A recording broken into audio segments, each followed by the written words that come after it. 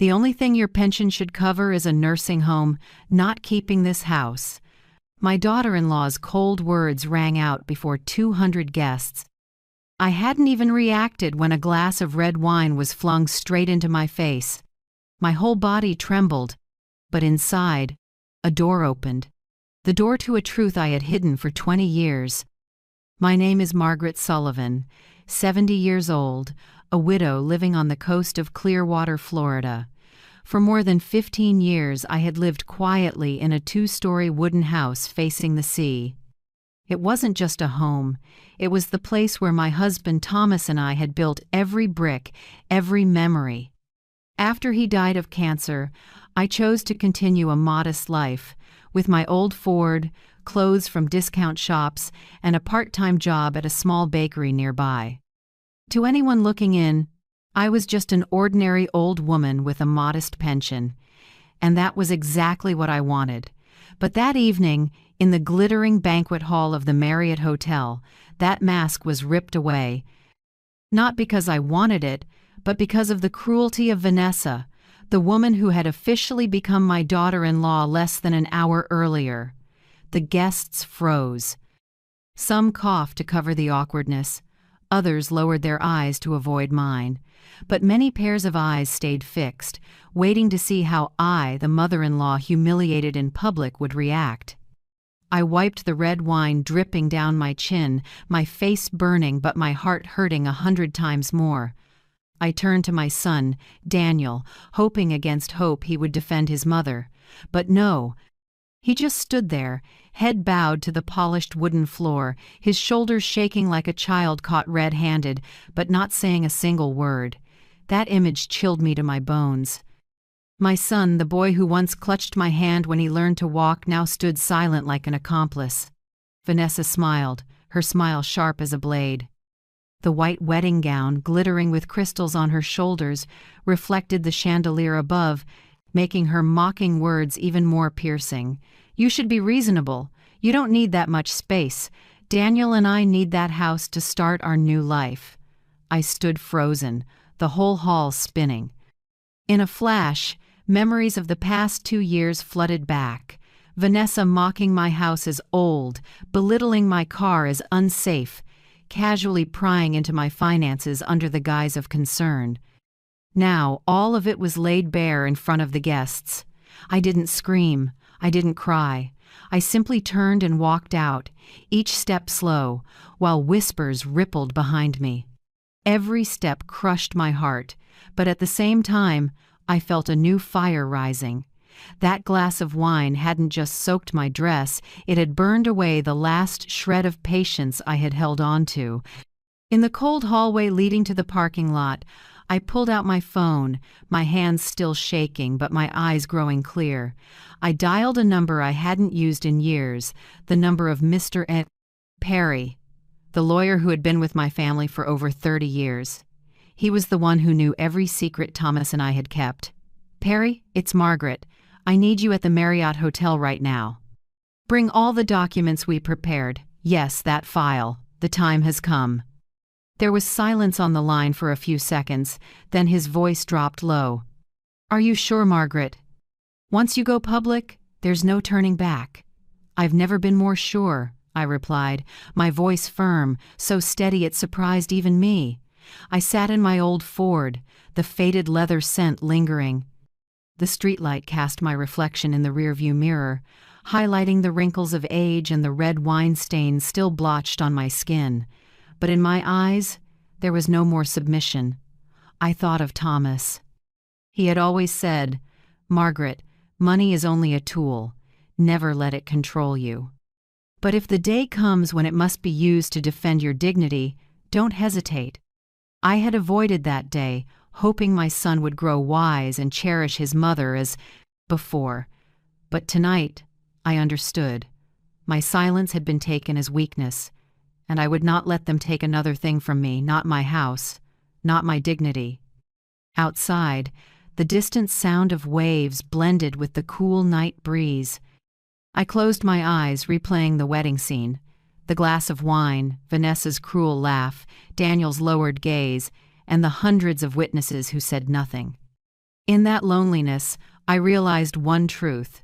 When the world turns its back on you, sometimes that is the very moment you must return to your own inner strength. And that strength, I knew, was in the files Perry was about to bring. In half an hour, when he walked into the parking lot with that briefcase, my life and Daniel and Vanessa's lives would never be the same again. I turned on the radio, an old jazz tune filling the car, reminding me of the nights Thomas and I danced in the living room. I smiled faintly, a mix of bitterness and resolve. They thought I was just a poor old woman living on a pension. They had no idea I was the one holding everything. Leaning back, I whispered, "Vanessa, you've just made the biggest mistake of your life. You'll soon learn what it means to pay for arrogance." In that moment, I saw the future open before me, not one of endurance, but of confrontation. And this time, I would hold the board. As I waited for Perry, memories pulled me back 2 years, to the day Daniel introduced Vanessa.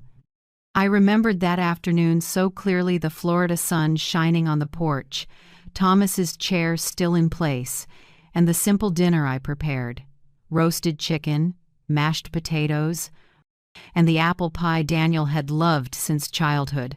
I wanted their first meal in my home to be warm and welcoming, but the moment Vanessa stepped inside, I sensed something wrong. She glanced around the living room, her eyes betraying disdain. The reupholstered floral sofa, the scratched coffee table Thomas had repaired over and over in Vanessa's eyes. They were outdated, shameful. "Oh, this place. Cozy," she said with a thin smile, her tone like a needle piercing my chest. Daniel, too busy dragging a suitcase, didn't notice the sarcasm. He beamed. "Mom, this is Vanessa. I really hope you two get along." I reached out my hand, forcing a smile. Vanessa's hand was cold, her shake limp, and within seconds she pulled away to adjust her sparkling necklace. I knew right then she was the kind of woman used to glittering lights, not the salty simplicity of my seaside home. Dinner was far from warm. Vanessa picked at her chicken, barely ate, and drank water repeatedly. When I asked about her family, she brushed it off. "My parents run businesses. Nothing special." But when the subject shifted to money, her eyes lit up, curiosity sharp enough to chill me. "How do you manage on just a pension? It must be hard living alone like this, right?" The question cut like a knife. I forced a smile and answered simply, "I get by. It's enough." That night, after cleaning up, I sat by the window staring at the sea, unease rising in me. Not just because of Vanessa's tactless words, but because of Daniel's silence, like he was mesmerized by her presence. My once attentive, sensitive son now felt like a stranger. In the months that followed, every visit brought more jabs. When she saw me in my old floral dress, she chuckled. "Don't you have anything more modern? People these days dress younger." Or when I drove them to the grocery store in my Ford, she sneered. "Is this car even safe anymore? Shouldn't you upgrade?" Daniel didn't defend me, he echoed her. "Mom, maybe she's right. At your age, safety matters more." His words pierced deeper than hers. He no longer knew the difference between genuine concern and disguised insult. Once, when I mentioned my part-time job at the bakery, Vanessa sighed. "At your age, you should be resting. Why are you still working?" Strange. That sentence lodged in my mind. They wanted me to believe I was useless, that I should give up everything: my house, my assets, my right to decide, and let them take over. I chose to stay quiet. I told myself maybe I was too sensitive. Maybe Vanessa was just clumsy with her words. But as time went on, I realized those remarks weren't accidental. They were tiny knives, one cut at a time, aimed at my self-respect. A year passed, and Daniel depended on Vanessa more and more. He started cutting me off at meals, started giving me that annoyed look whenever I offered an opinion. Worst of all, he gradually looked down on the house he grew up in, the home Thomas and I devoted our lives to keeping. I remember one evening on the porch, the two of them sitting together. Vanessa held a real estate magazine, pointed at luxury oceanfront condos, and said, "Daniel, see? These places are so much more modern than your mom's old house." Daniel nodded without pushing back. I looked at my son, hoping for even a small reaction to defend his mother, but all I saw was quiet agreement. In that moment, I knew the roots of the conflict had sunk deeper than I'd imagined. I still remember what Thomas told me before he passed. Never underestimate greed. It can turn family into strangers. Back then, I thought he was too pessimistic. But now, seeing the way Vanessa looked at my house with the eyes of an appraiser, I understood how right Thomas had been. That night, after they left, I walked through each room, touching the family photos on the walls, the old piano where Daniel played his first song. I whispered, "This house will never belong to someone who only sees dollar signs." A resolve rose in me, even though I didn't yet know how I would act on it. But I knew the conflict between me and Vanessa wasn't just words. It was a drawn-out, covert battle, and Daniel, my only child, was taking the other side. One summer evening, I got a call from Daniel. "Mom, we want to stop by this weekend. There's something important to discuss." My son's voice sounded unfamiliar, no longer warm like before. A small wave of dread passed through me. My gut told me this wouldn't be a normal visit. That day, I baked waffles and brewed tea, trying to keep a family feel. But instead of just Daniel and Vanessa, they arrived with her parents. I was surprised, but I still smiled and invited them in. I hadn't even finished setting the table when Vanessa started. "We want to talk seriously about your future and ours." The way she said "we" instead of "I" chilled me. This wasn't a family visit. It felt like a strategy meeting, and I was the problem to be handled. Vanessa's mother, Louise, glanced around the living room and sighed. "Miss Margaret, at your age, living alone in such a big house is too much. You should consider a safer option." Vanessa's father, Richard, jumped in. "We know the manager of an excellent assisted living facility, medical care, meals, community activities. Much more suitable for you." I sat in silence, listening to them go on and on, my eyes fixed on Daniel. My son sat beside his wife, nodding along with every line like an obedient puppet. Vanessa folded her hands, her voice sweet but razor-sharp. "We're about to get married and we want kids. Your house is really too big and empty for one person. If you move into assisted living, it's safer for you and helps us have a place to start." Her words sounded reasonable, but each one hit my ears like a rock. "This house is where Thomas and I built a life. It holds our entire history." And here they were, discussing it like an item to be transferred. I set my teacup down and kept calm. I can still take care of myself, and I have no plans to leave this house. The room tightened like a stretched wire. Louise raised an eyebrow, her tone half pity, half threat. "You need to be realistic. One fall in the bathroom can be dangerous. If you refuse to change, it'll be trouble for everyone." Richard pulled a packet of papers from his pocket and placed it in front of me. "These are average costs for assisted living. With the money from selling your house, you could cover it for decades and still have some left to help Daniel and Vanessa start their life." I looked at the packet, my heart pounding. No doubt about it. This was a planned ambush. They came armed with arguments, evidence, even calculations. Daniel finally spoke, his voice shaky, like he'd memorized the lines. "Mom, I know this is hard, but think of us. Vanessa and I have sacrificed so much for this wedding. All we need is a little help from you."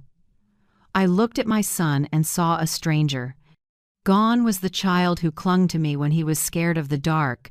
Gone was the young man who promised to protect his mother after his father died. In front of me was a man putting his wife and in-laws above his own mother. I gave a small, dry laugh and lowered my voice. "Help? Or take?" The table went dead silent. Vanessa bit her lip, then snapped. "Miss Margaret, don't be negative. This is best for everyone. If you insist, we'll have to find another way." Her eyes flashed cold. I understood exactly what "another way" meant.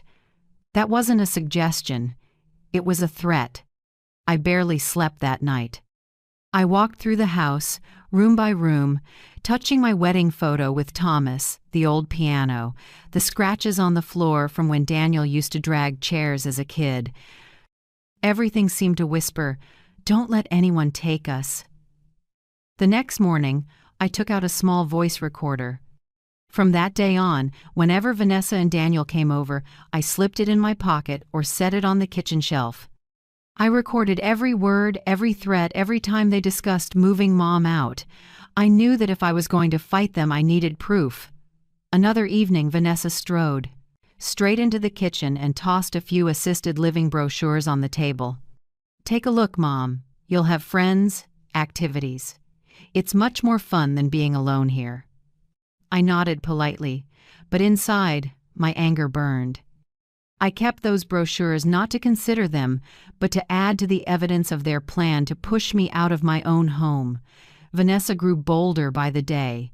She called nonstop, texted to pressure me. Daniel gradually spoke in the same voice. "Mom, Vanessa just cares about you. If you love me, help us get settled." I listened, my heart tightening. Love? What kind of love forces a mother to abandon her memories and her home? That's not love, it's exploitation dressed up as filial piety. I understood they were past snide comments. Now they had a plan, backed by Vanessa's family, and if I didn't prepare, one day they'd really force me out with legal tricks. That night, with the ocean thudding outside my window, I made myself a promise. If they want a war, I'll fight.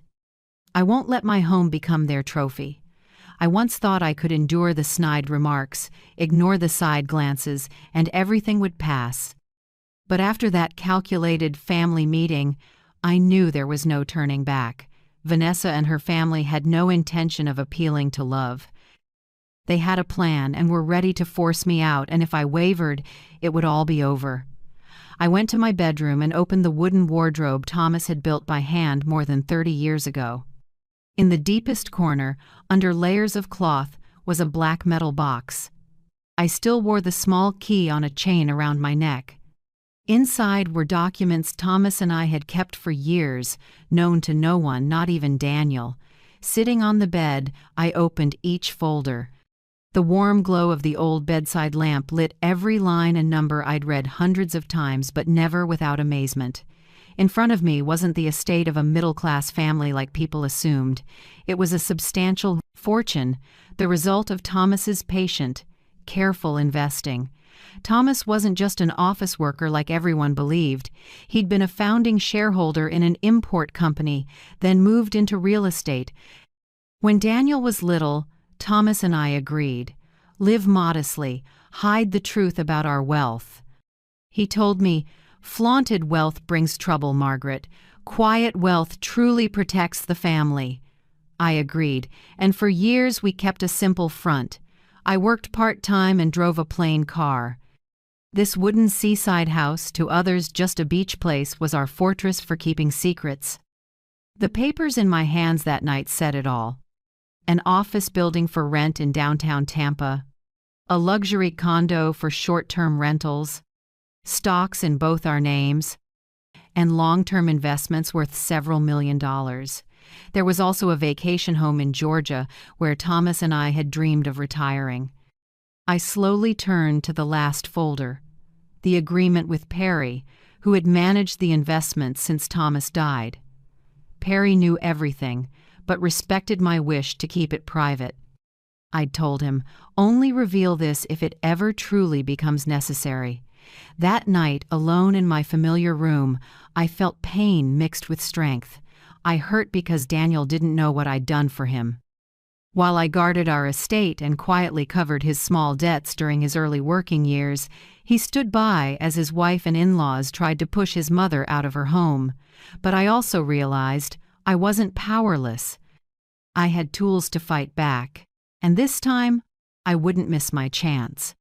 The next day, I called Perry. We met at a small cafe where he liked to read the paper. When I walked in, he stood to greet me, concern in his eyes. I set the files on the table and said firmly, "It's time to use what Thomas left." Perry sighed, took a sip of coffee and said, "I figured this day would come. Miss Margaret, are you ready? Once the truth is out, your family will never be the same. I have no other choice. They want to turn me into someone incompetent just to steal this house. If I keep staying silent, they'll think I'm truly helpless." We discussed things for nearly 2 hours. Perry would prepare the legal documents, suspend all financial support for Daniel, update the will to move most of the assets into a charitable trust, and have a lawsuit ready if they continued to threaten me. When I left the cafe, I walked slowly, but my heart pounded. All these years, I had kept this secret to protect Daniel, hoping he would live decently by his own efforts. I never imagined a day would come when I'd have to use that very truth against my own son. That night, sitting on the front porch, I watched the waves hit the shore under the moonlight. Each wave reminded me that some things can't be stopped: greed, betrayal, but I could choose how to face them. I told myself, "Thomas, if you were here, you'd do the same." A week later, Daniel and Vanessa came again. As soon as she stepped in, Vanessa threw a stack of documents onto the kitchen table. "Mom, we picked out an assisted living place. It's excellent. You just need to sign off on selling the house, and everything will be taken care of." I looked at the papers without touching them. Calmly, I replied, "I'm not signing anything. And I suggest you both stop before it's too late." Vanessa laughed, a smile sharp as a knife. "You think you have a choice? If we have to, we'll prove you're no longer lucid enough to make decisions." I looked straight into her eyes, for the first time without avoiding them. "Then get ready, because I'm ready too." In that moment, Vanessa hesitated. Maybe she realized my eyes no longer held the usual patience. I said nothing more. I knew the real battle had begun, and I held a weapon they'd never imagined. That night, I opened the metal box again and laid each document neatly on the desk. The warm lamplight fell across the cold but powerful numbers: several $1 million in accounts, property lease contracts, valuable stocks. I whispered, "This isn't just money. It's proof I am not weak. This will be the shield that protects my dignity." After that tense confrontation, I understood I couldn't just play defense. To fight Vanessa and her entire family, I needed to know their reality, how much debt, what they lived on, and why they were so determined to get this house. Only by knowing the truth could I prepare a counterstrike. I thought of Linda, my college friend, now a financial consultant at a major firm in Tampa. Linda is sharp, direct, and absolutely discreet. We hadn't seen each other in years, but our friendship never faded. I called her, my voice soft but resolute. "Linda, I need your help. This is life and death for me. Just tell me." "I'm here for you, Margaret." I met Linda at a small cafe on the corner of the old downtown. When she saw me, she hugged me tight, then studied my tired face. I told her everything: the family meeting, the threats, the plan to send me to assisted living. Linda listened, her eyes darkening. "I'll check. I have a way to see Daniel and Vanessa's credit situation and financial records. But Margaret, are you sure? The truth can be brutal." "I need it, Linda.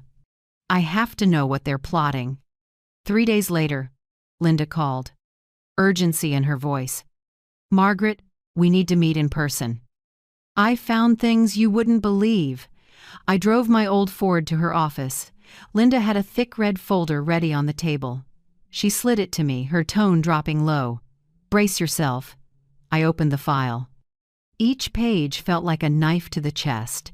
Daniel and Vanessa were drowning in debt.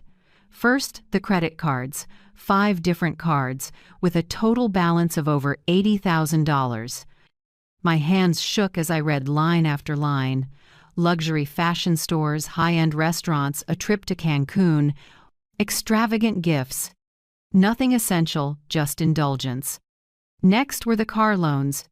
2 new Mercedes, with monthly payments of nearly $1,200 each. Daniel's salary, only $45,000 a year, clearly couldn't cover it. Their downtown Tampa apartment was also 3 months past due. Eviction loomed. I turned to the last section. Linda had marked it in red: total debt, more than $150,000, not counting the wedding loan. I let go, the folder slipping onto the table as my vision blurred. My heart clenched, not at the numbers but at my son, the boy I raised with sweat and tears, letting his life sink this far.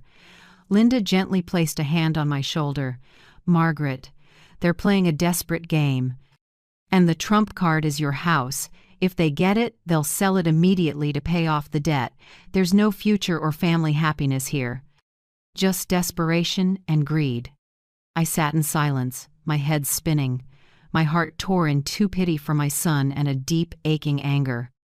Daniel should have honored the value of hard work, but instead of learning, he let Vanessa drag him into a pit of debt. That night, I went home and sat in a dark living room, the only sound the ocean outside the window. I spread the papers across the table and stared at the cold numbers. They read like a verdict. I saw Daniel as a little boy running in the yard, laughing with bright, hopeful eyes. Now, in these pages, he existed only as a desperate debtor. I picked up a pen and wrote a few lines in the journal Thomas left me. "Our son has lost his way. He thinks he can take his mother's house to save his life.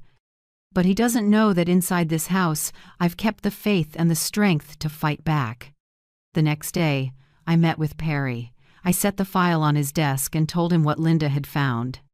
He nodded, thoughtful. "I suspected as much. Now we have evidence. If they dare sue, we'll use these debts to show the real motive: greed and exploitation." Perry advised me not to act rashly. He'd prepare the legal filings, and I would keep pretending I knew nothing, letting Vanessa and Daniel expose more of their plan. I agreed. Walking out of his office, I felt both heavy and relieved. Heavy because my son had sunk so far, relieved because I was finally no longer in the dark. In the days that followed, I watched closely. Every time they visited, I noticed the details: Vanessa's brand new designer heels, the gleam of Daniel's watch. I no longer saw a mere showing off. I saw the signs of desperation dressed up. One evening, when Daniel stepped outside to take a call, I overheard Vanessa whispering in the kitchen to her mother on the phone, "Once we get the house, we'll pay everything off and buy a new condo. She's weak, she'll give in soon." I turned away, my heart like ice. But this time, instead of shaking, I felt a sharp clarity flood my veins. I knew I was no longer just a victim. I was becoming the main player in the game they thought I'd abandoned. That night, I opened the file again, took out paper and pen, and wrote a simple plan: recordings keep evidence, prepare to go public. I wrote it clearly, each word like a nail. I also began calling a few old friends who had worked with Thomas. They knew how he invested, and they were willing to testify if needed. I gathered each piece, building the larger picture. Before, I only saw Vanessa as cruel and Daniel as weak. But now I saw more clearly. Both were trapped in their own debt snare. And instead of choosing decency to climb out, they chose to sacrifice the mother. I closed the file and exhaled. Night draped over the house, but inside me, a light had begun to glow. I held the truth in my hands, and when the time came, that truth would cut through every illusion they'd built. That afternoon, the wind off Tampa Bay blew harder than usual. The sky was heavy with gray clouds, and waves pounded the rocks behind the house like drums warning of trouble. I sat in the living room with a cup of chamomile tea gone cold, eyes on the window. Deep down, I sensed a real storm, not offshore, but in this family was about to hit. Right on cue, there was a knock. Vanessa came in, not bothering to hide her usual arrogance. A tight red dress, high heels clicking on the polished wood floor. Daniel followed, tense, still letting his wife lead. Vanessa didn't sit. She stood in the center of the room as if to claim it all. Margaret, I'm not here to beat around the bush. Our wedding is in 1 week. Daniel and I have decided this house is the best wedding gift you can give. I set my cup down and looked calmly into her ambition-bright eyes. A wedding gift? Vanessa, do you understand what this house means to me? It's not a trinket for a party. She laughed, a shrill sound slicing through the room. Meaning? For a woman pushing 70, does meaning matter more than reality? You can't manage a house this big. Better let us use it. It's not like you need much anymore. Daniel shifted, as if wanting to speak, then stayed silent when Vanessa gripped his hand. I saw a flicker of concern in my son's eyes, weak as a candle about to go out. I stayed still, not angry like before. My calm made Vanessa bristle. She stepped closer, her voice dropping to a threat. If you keep clinging to this house, don't blame us for finding another way. You know, at your age, a few doctor's notes are enough for a judge to say you can't make decisions. Then you'll lose everything. Each word pierced like a cold needle. But instead of trembling, I smiled not with joy, but with bitter resolve. You've got your script ready, don't you, Vanessa? But you forgot one thing. I'm not that easy to handle. I stood and looked straight at Daniel. Son, do you really agree with what your wife just said? Do you see your mother as a burden, someone to use and discard? Daniel kept his head down and said nothing. That silence hurt more than any accusation. I sighed and turned away, not wanting them to see my eyes welling up. Vanessa took Daniel's silence as a victory. She sneered. Good, then we're in agreement. After the wedding, you'll sign the transfer papers and we'll handle everything.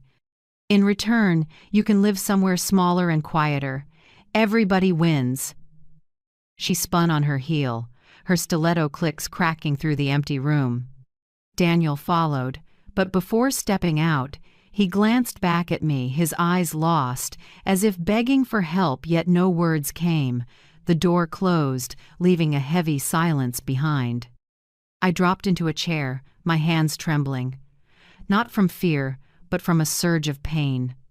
I had waited for Daniel to take my side, just once, and once again my son chose silence. Night fell, and the sky grew darker. Distant thunder rolled in, warning that a real storm was coming in from the bay. I walked slowly to my bedroom and opened the old safe in the closet, the one I hadn't touched since Thomas died. My hand brushed the cold metal, my heart equal parts anxious and resolved. The key turned once, and the safe door clicked open with a heavy sound. Inside, along with a few yellowed photo albums, was a brown leather folder Thomas had told me about before he passed. If you ever feel cornered, open it. Everything you need to protect yourself is in here. I pulled the folder out and set it on the table. The leather was worn but still sturdy. I opened it to neat pages, property deeds, stock certificates, savings accounts, investment contracts. The total value far exceeded anything Daniel and Vanessa could imagine. I read each page carefully and felt how clearly Thomas had anticipated the future. He knew this world wasn't short on people willing to use tricks to take what isn't theirs, even family. And he had left me the tools to fight back. There were handwritten letters, too, his familiar slanted script. Margaret, never think living modestly is weakness. It's your greatest strength. But when you must, use the truth to protect yourself. These assets aren't just money. They're the belief that you deserve to live with freedom and respect. By then, tears were sliding down my face. I traced his handwriting, as if his warmth were still there. A new strength rose in me, not from anger, but from love and fairness. I organized the documents and tucked them into a small leather bag. Then I wrote a few lines in my notebook. Tomorrow the storm will come. I'm ready. If they want to turn a wedding day into a day of theft, then that very day will be the day they learn about consequences. They think I'm weak, but they don't know I am Margaret, the woman who never bows. Outside, rain began to patter on the roof tiles. I closed the notebook and sat by the window, watching a black sky split by lightning. The storm was truly coming out there and inside my own family. But this time, I wasn't the one trembling and waiting. I was the one prepared to face it. Daniel and Vanessa's wedding day arrived in the sticky heat of early Florida summer. "I wore a simple navy dress," Thomas once said, "fits your eyes best." My makeup was light, nothing fancy, but in the mirror I saw a different woman, calm, with fire in her eyes. The luxury hotel hosting the reception blazed with lights. More than 100 guests milled about. The laughter and clinking glasses created a glamorous buzz. But when I stepped into the ballroom, a ripple of silence passed through. I knew many still remembered Vanessa's insinuations. "Daniel's mom is old and forgetful, can't manage anything." Those rumors had spread faster than I expected. I chose a table near the back. No one greeted me. No one dared come over. I quietly watched my son in a tailored tuxedo and Vanessa, radiant in a flowing white gown. They looked like the perfect couple to bring everyone else, but I knew the truth. When the vows ended and confetti popped, Vanessa glanced at me, a spark of challenge in her eyes. I gave a small smile only she would understand. I could feel it. The moment to flip the board had come. As the first dance began, I stood. My heels clicked on the wood floor, drawing a few looks. I didn't need a microphone, but I walked to the DJ table and took one with a calm that felt almost cold. "Sorry for the interruption," I said clearly. "I'm Margaret Wallace, the groom's mother." The noise dropped. Curious eyes turned toward me. Vanessa frowned, and Daniel looked rattled. I took a deep breath and pulled from my purse the file I'd carefully prepared the night before. Tonight we celebrate a marriage, but it's also the night I must speak the truth. For months I've been called old, useless, even threatened with losing control of my own assets. I stayed silent, hoping my son would understand. But my silence was taken as weakness. Whispers spread across the room. I opened the folder and kept my voice steady. "These papers prove I'm neither helpless nor broke, as some have claimed. I own an office building in Tampa, a short-term rental condo, stocks, and other assets. All legal, all transparent." I held some pages up. A few guests exchanged stunned looks. Vanessa went pale and hurried toward me, hissing through her teeth, "What are you doing, you crazy old woman?" I turned the mic toward her so everyone could hear. "What I should have done from the beginning. Your pension should only pay for a nursing home, not for keeping this house." Your words, Vanessa. The room erupted in murmurs. Some guests raised their phones to record. Vanessa lost her composure. The makeup on her carefully painted face couldn't hide her panic. Before I could react, a glass of red wine was thrown straight into my face. The hot liquid ran down my collar and soaked my dress. The whole room froze.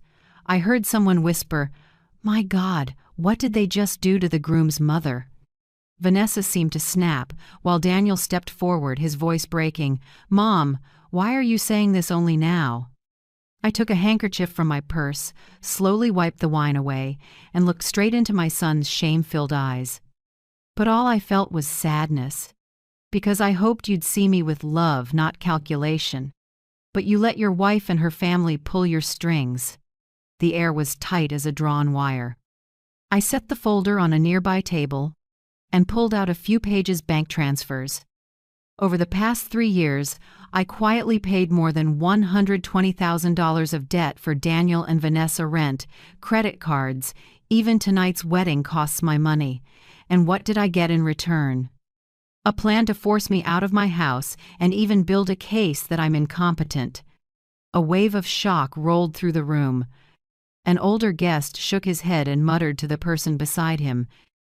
Someone blurted out, "Shameful." Vanessa shrieked, her voice harsh, "Don't listen to her. She's making this up to ruin my wedding." I stayed calm and handed the mic to a man behind me, Joseph, my trusted neighbor whom I'd asked to attend. He stepped up, holding his phone. "I have the video. I personally saw Vanessa bring a real estate agent to measure Miss Margaret's house, without telling her.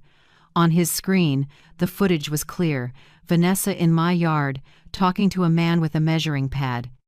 The whispers swelled again, this time charged with anger. Vanessa stumbled, nearly falling, and Daniel went stone still. I took back the mic, my voice low but firm. I had no intention of wrecking my son's happiness, but if that happiness is built on lies and greed, it was rotten from the start. And tonight, you have all seen it. For a moment, the ballroom froze, then chairs scraped, and guests began to leave. Some shook their heads, others looked at Daniel with pity. My son, dressed to perfection, collapsed into a chair like he'd lost everything. Vanessa sobbed, her expensive makeup smeared. I folded the documents, slipped them into my purse, and turned for the door. No one stopped me. No one dared whisper behind my back. Each step I took sounded like stamping the end of a hollow, gaudy play. Outside, a hot wind blew, scattering leftover ribbons. I took a deep breath. The heavy night air felt easier somehow. I knew the battle wasn't over. But in that moment, I had reclaimed the most precious thing, my dignity and my voice. The ballroom fell into chaos the moment I left the mic. Chairs scraped, whispers mixed with harsh comments. Some guests kept recording, others shook their heads and left their tables. I stood tall, gripping my file, and without shouting, every word I'd said sliced through the mask Daniel and Vanessa had worked so hard to build. Vanessa stood in the middle of the room, white as a sheet, her expensive makeup streaking with sweat and tears. She screamed, trying to salvage the moment. "Don't believe her. This is just a performance to destroy my happy day." But her voice shook out of control. Guests looked at each other. No one stepped up to defend her. Daniel looked drained, gripping a chair, eyes locked on the documents I'd held up. I had never seen my son so weak or so unfamiliar. A middle-aged guest, likely one of Daniel's business contacts, stood and spoke sternly. "Daniel, did you really let your mother cover all the expenses? So all that bragging, was it her money?" The question hit Daniel like a slap. He didn't answer, just bowed his head, lips trembling. Vanessa rushed in, and the more she spoke, the more shameless she sounded. "We didn't force her. She did it on her own because she loves her son, and now she's lying to humiliate me. How disgraceful." I stepped closer, my voice calm but clear. "If it was voluntary, why did you hire a lawyer to prepare papers to put me in a nursing home? If I'm so weak, why discuss declaring me incompetent to seize my house?" The whole hall fell silent. I saw a few people raise their phones. I knew these clips would be online within hours. Vanessa's mouth hung open, but she couldn't argue back. Then, suddenly, a clap came from the back of the room. Joseph, my close neighbor whom I'd asked to testify, stood up, phone in hand. I saw with my own eyes Vanessa bringing a broker to measure Miss Margaret's house. "Here's the recording. If needed, I'll submit it to the court." He cast the video onto the nearby screen. The image was clear. Vanessa on my porch, pointing out corners to a strange man. The crowd buzzed. Someone even let out a mocking whistle. Daniel held his head and slumped into a chair. I heard someone whisper, loud enough to make out every word, "A lifetime raising a child, only to be betrayed like this." I took a deep breath and spoke firmly. "I'm cutting all financial support from this moment on. Every transfer, every guarantee, and every lease in my name is terminated. From today, Daniel and Vanessa will have to live on their own." That declaration fell like the final blow. Vanessa burst into tears and lunged for Daniel's arm. "Say something, get up and defend your wife." But Daniel stayed put, eyes bloodshot, lips moving without words. Maybe he'd just realized the lavish life of the past few years was a sandcastle I built for him, and I had just knocked it down. I gathered the documents and turned to leave. Right then, the hotel manager, Mr. Martinez, stepped onto the stage, his voice firm. "Please be advised, the guarantee for tonight's event has been canceled. Without an alternative form of payment, we will have to stop service immediately." The noise exploded at once.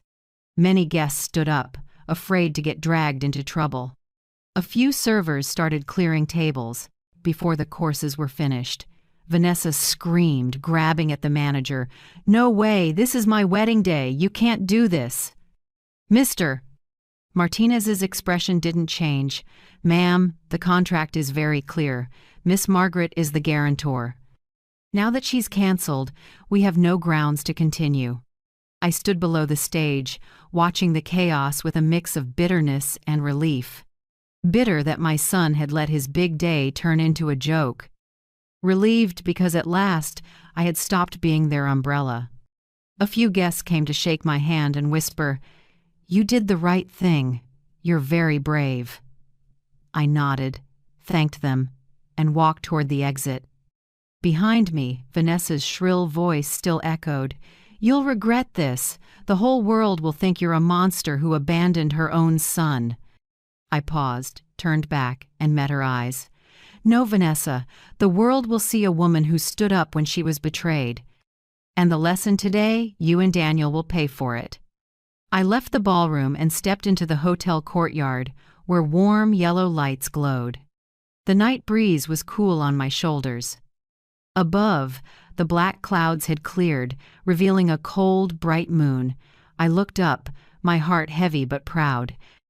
Because I knew this shocking reversal didn't just end that hollow pageant, it opened a new chapter, one where I would no longer stay silent.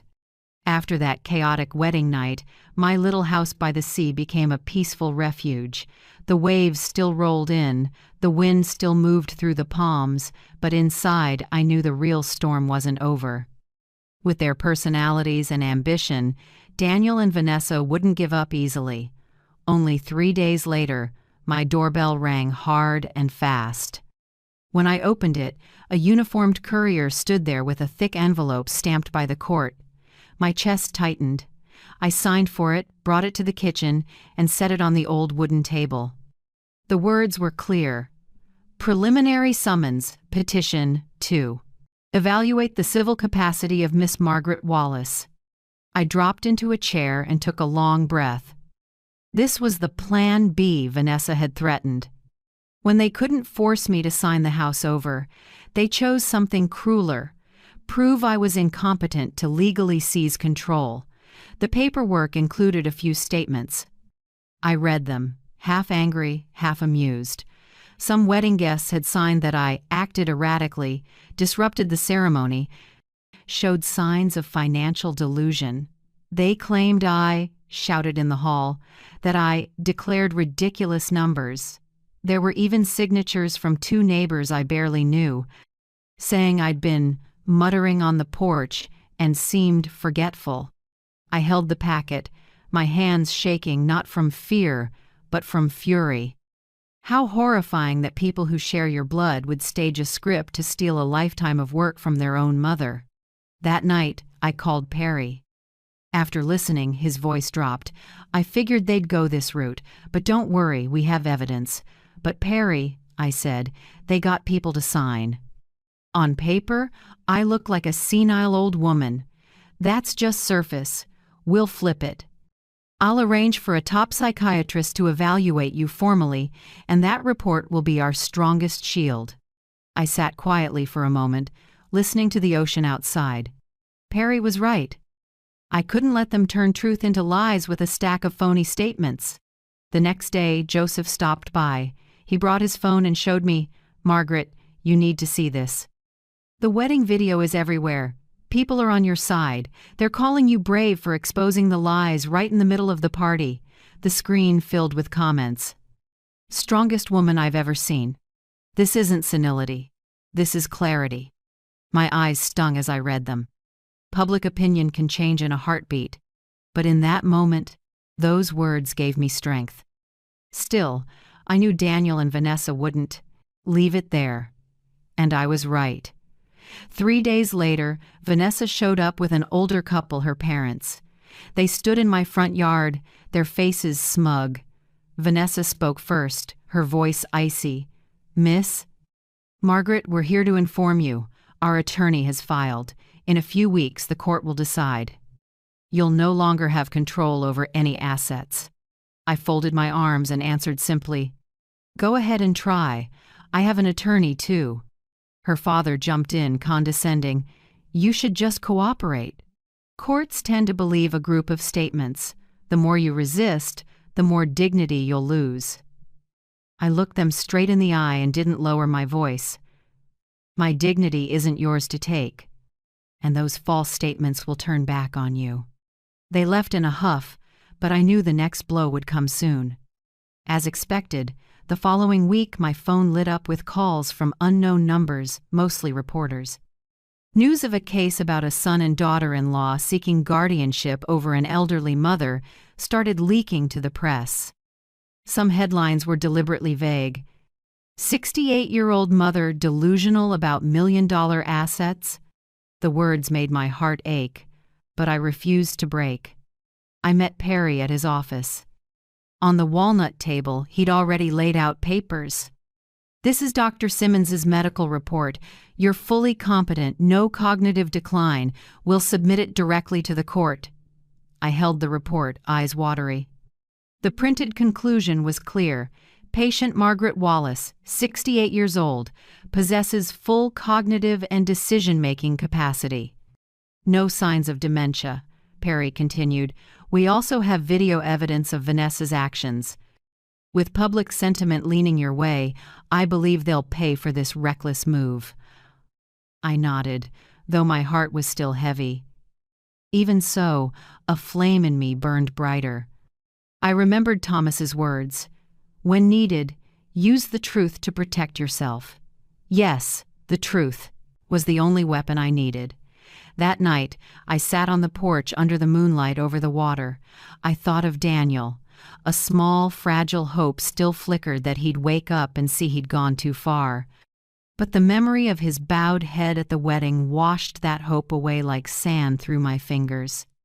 Softly, I said to myself, "If this is your plan B, then be ready for my counterattack." Out there, the waves kept pounding strong and steady. Just like my resolve, I would not be swept away. The first court date arrived faster than I expected. That morning, I wore something simple, a white blouse, dark slacks, black shoes I'd had for years. I wanted people to see me as I am an ordinary, clear-minded woman, not the senile old lady Daniel and Vanessa tried to paint. Perry picked me up early. He stepped out of the car, calm expression, eyes full of determination. "Miss Margaret, today matters, but I know you're ready." I nodded, gripping the case file with everything in it. "I've been waiting for this day, Perry, not for revenge, but to prove the truth." The county courthouse gleamed in the Florida Sunday. The steps to the main doors felt taller than usual, but I climbed them steady and sure. In the hallway, I spotted Daniel and Vanessa with their attorney. Vanessa wore an expensive business dress, hair pinned up, face set in a mask of confidence. Daniel looked exhausted, eyes avoiding mine.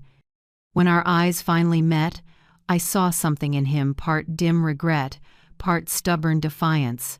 The hearing began. The room was packed, not just parties involved, but some reporters too. The last few weeks had turned this into a hot story. I sat at the respondents' table beside Perry. Across from us were Daniel and Vanessa.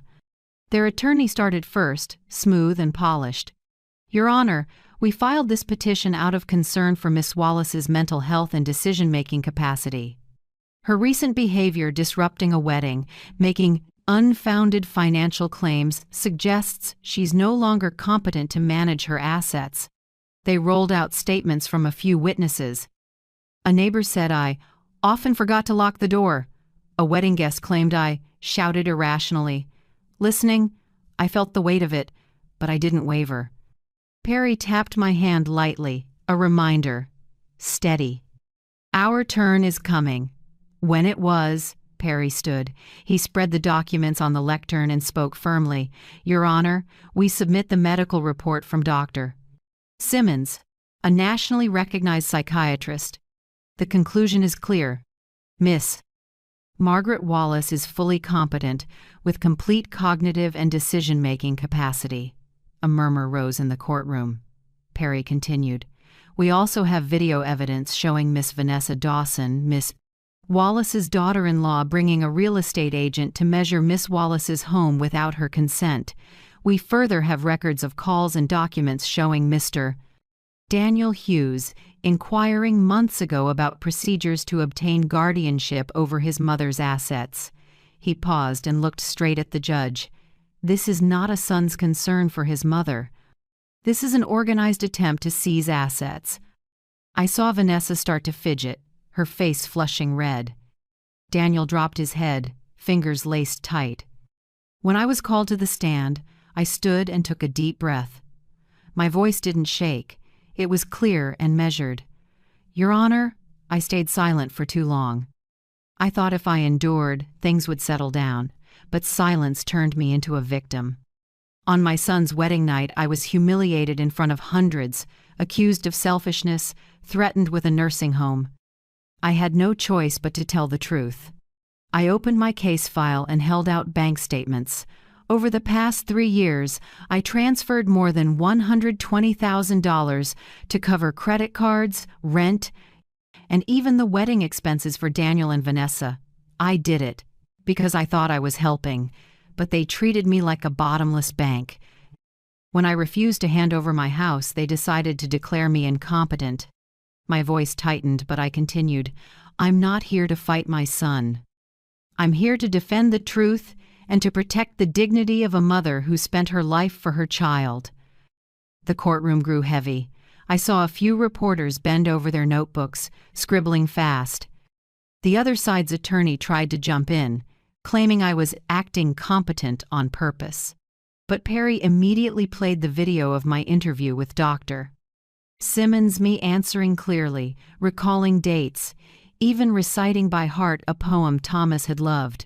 No one could call me delusional after that. The judge looked over the file, then tapped the gavel lightly. The court needs time for careful review. For now, all of Miss Margaret Wallace's asset management rights remain intact. The court will also open a preliminary inquiry into possible false statements by the plaintiff's witnesses.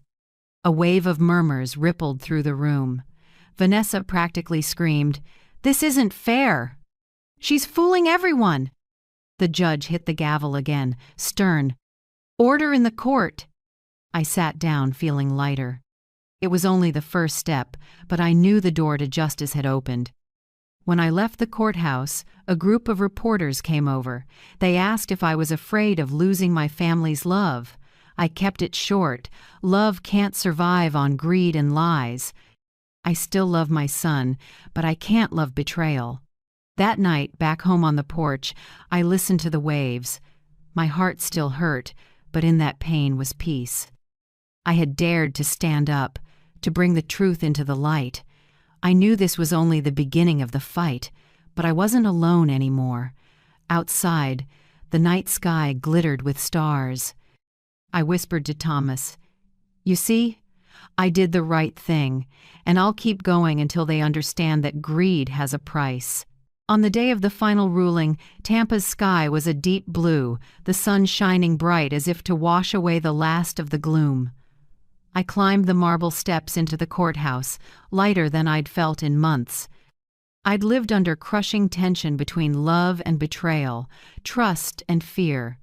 But today, I could feel a new beginning waiting. The judge read the verdict, voice clear, each word hitting straight to my heart. After reviewing all evidence and testimony, the court denies the guardianship petition of Daniel Hughes and Vanessa Dawson. Due to signs of fraud, the court refers the file to the district attorney for further investigation. Miss Margaret Wallace retains full control of her assets and is recognized as fully competent. The gavel struck, sharp and dry, but to me it was the most beautiful music I had ever heard. Vanessa dropped into her seat, eyes wide. Daniel covered his face, shoulders shaking like he couldn't believe what he'd heard. I looked at my son, my heart ached, but no longer the way it once did. Some lessons a person has to pay for themselves. Outside, reporters waited. Cameras flashed, microphones pointed at me. I smiled and kept it brief. Justice isn't revenge, it's protection. Today I was protected not just by the law, but by the truth. That line ran in several papers the next morning. A few even called me the woman who challenged ageist stereotypes. I'm not used to media lights, but I felt strangely calm. I wasn't a silent victim anymore. In the days that followed, I returned to my routine in the house by the sea. Each morning I took my coffee to the porch and watched the waves. The gulls chattered. The salty wind brushed my face. Little things worry had buried, now precious again. I felt reborn. One afternoon, Joseph stopped by with a small radio. He set it on the kitchen table and played a jazz tune Thomas loved. The familiar sound filled the room and my eyes stung. Joseph smiled gently. "Margaret, you fought through a hard war. Now let music and friends bring you back to life." I nodded, tears falling as I smiled. After all this time, I realized what I needed wasn't the money, it was peace in my heart, the ability to hold my head high. I also joined a local community group, older adults sharing stories of financial or emotional abuse by family. I told my journey, from insults to plans for a nursing home, to the moment I stood in court. People listened, some cried, some squeezed my hand and whispered, "You gave us hope that we can protect ourselves, too." I never thought I'd be anyone's support. But that made one thing clear: my pain wasn't unique. So many elders suffer quietly because they believe old people should stay silent. I can't change everything, but I can start small, share, and lift others up. Daniel disappeared from my life for a long time. I heard rumors he and Vanessa fought constantly over mounting debt, eventually leaving their fancy apartment for a smaller rental. I heard it with a quiet sadness. My son chose that path. Now he had to learn to stand on his own feet. One evening, I got a short letter with no return address, the handwriting shaky. "Mom, I'm sorry. I let greed blind me. I'm not brave enough to face you yet, but I hope one day you'll forgive me." I read it over and over, tears blotting the page. Forgive him? I didn't know when my heart would be wide enough for that. But at least I knew Daniel had begun to see his mistake. That was a small light in the dark. I folded the letter and put it in the wooden box holding our family keepsakes. I didn't want to erase the past. It had forged me into the woman I am now. Each morning when sunlight pours through the living room window, my chest opens. I started writing my story not as an indictment, but as a message to those in the same place. Don't let anyone steal your voice, not even family. Silence is a one-way ticket to the pain, despair. Stand up even late is still on time. With each page, I felt reborn. No longer the trembling woman at a wedding, nor the cornered defendant in court. I am Margaret Wallace, a mother, a widow, and above all, a person who knows the true worth of dignity and freedom. Life can be rough seas, but after the storm, the water is still blue and so is my heart. From the day I walked out of the courthouse with a just ruling, my life turned a page. No more midnight nightmares, no flinching at a knock on the door or a strange envelope. I returned to simple rhythms: a hot coffee at dawn, waves on the rocks, afternoon walks on soft, damp sand. Ordinary things, now priceless. A young reporter once came to interview me. She sat across from me, eyes bright, voice full of admiration. "Miss Margaret, do you think you're a hero? You stood up to your family and told the truth." I smiled and shook my head. I'm not a hero. I'm a mother who stayed too quiet, and when silence nearly destroyed everything, I had to speak. Anyone can do that, if they truly believe they deserve respect. After she left, I sat with my thoughts. What I gained wasn't just a legal win. The biggest thing I found was my own voice, the one I'd lost in years of keeping my head down. I remember that night at the safe, opening Thomas's letters. He wrote, "Silence can be strength, but when others turn it into a weapon against you, you must answer with the truth." I did exactly what he hoped I would. People in the community kept coming. They told their stories, mothers manipulated by their children, old men belittled by daughters-in-law, grandmothers pushed to the edges of their own homes. Each story hurt, but I didn't feel hopeless anymore. I started sharing what I'd learned. Seek help, speak up, keep evidence. One evening, the group asked me to speak. I looked out at the many lined faces and worried eyes, and I spoke from the heart. We are not invisible. We are not burdens. We are people who have lived, loved, and sacrificed. No one has the right to take our dignity, not even those who share our blood. Remember, when we stay silent, we hand them power. When we speak, we take ourselves back. Applause filled the room. I saw red eyes and clasped hands. In that moment, I knew my story wasn't just mine. It echoed for thousands living the same pain. Daniel still hasn't returned. I don't know where he is, what he's doing, or whether he's escaped the debt spiral, but I'm not haunted anymore. I've left a space in my heart for him, the small hope that one day he'll truly wake up. Even if that day never comes, I'm okay. I've learned to love myself first. One morning, I walked along the beach, fine sand sliding between my toes, waves brushing my ankles. The sunrise cast gold across the water. I breathed deep, alive, and full. I whispered to myself, "Margaret, you've been reborn." Yes, reborn not because I'm young again, but because I found an inner strength I never knew I had. I don't shake at insults or fear legal schemes. I've seen the darkest stretch, and from there, I found my light. I started journaling daily, capturing thoughts and memories. Maybe one day I'll gather them into a small book, not to sell, but to give to those who need hope. I want them to know that even when pressed by those closest to you, you can still stand up and walk your own path. And today, as I write this, I want to leave one final message to anyone listening to my story. Never believe you're too old to stand up for yourself. Don't let silence turn into shackles. Remember, your dignity and freedom belong to you. No one can take them unless you hand them over.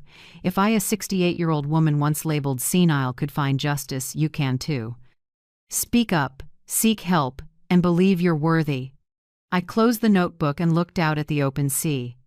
The sun had climbed high, lighting the long ribbon of sand ahead. I smiled, full of gratitude for Thomas, for the friends who walked with me, and for myself, for refusing to give up. And if you're hearing this, I just want to say, thank you for staying with me. My story might be someone's pain and someone else's hope. If you've been through something similar, share your thoughts. I'd love to hear them. And if this story touched you, please subscribe and turn on notifications so voices like ours never fade into silence. I pressed my hands together and whispered, "Thank you, life, for a second chance." Out there, the waves kept rolling in steadfast, a reminder. Life can knock you down, but if you stand back up, you come out stronger than ever. "Say hi to the sharks," my daughter-in-law whispered in my ear, her voice sweet enough to chill my blood just before that cold hand shoved hard between my shoulder blades. I stumbled, felt the sea wind slice my skin, then dropped straight into the black water of Narragansett Bay. In that split second, I caught the eyes of my only son frozen, not saving me, not speaking, just watching his mother sink. Salt water flooded my mouth, the bitterness mixing with a pain nothing could match. So the recovery cruise was only the opening act to betrayal. In that knife-cold water, I swore that if I lived, I'd teach them what real fear feels like. If you're still listening, tell me where you're watching from. Every comment you leave is another mark in this journey. And if this story has touched you, don't forget to hit like so it can reach even further. That morning, the Rhode Island sun was as gentle as ever, light glittering across Narragansett Bay. I, Lorraine Whitaker, 68, had just finished 6 weeks of recovery after a hip replacement. When my son called, I took it as a good sign. "Mom, we want to take you out on the yacht today. Celebrate your recovery." Just the three of us, like old times. Caleb's voice sounded warm. It had been a long time since he called me without a financial or work reason. I said yes right away, partly because I missed him, partly because I craved feeling needed. Early that morning, I picked my favorite navy dress, the color my husband, Robert, used to say made my eyes brighter. I spritzed a little light perfume and tied on the silk scarf he left me. In the mirror, I saw an older woman, but still steady, still believing. I thought maybe 2 years after Robert passed, Caleb had changed. Maybe my son truly wanted to reconnect. I was that naive. When I reached the Newport Marina, I saw Evelyn's dream, sleek, white-hulled, my mother's name carved on the side. I'd never given permission for that. I stepped aboard, frowning, but forced a smile when Caleb opened his arms. "Mom, you look beautiful. Today you've got to relax." His hug was cold, missing the weight of real affection. Marissa, his wife, stood behind him, dark red lipstick, a smile sharp as a blade. "You look wonderful. I'll make you a mimosa, something special for today." I thanked her, though my heart dipped a little. The yacht pulled away. The engine hummed. The water shimmered silver. I leaned back into the leather seat, sea breeze lifting my mostly gray hair.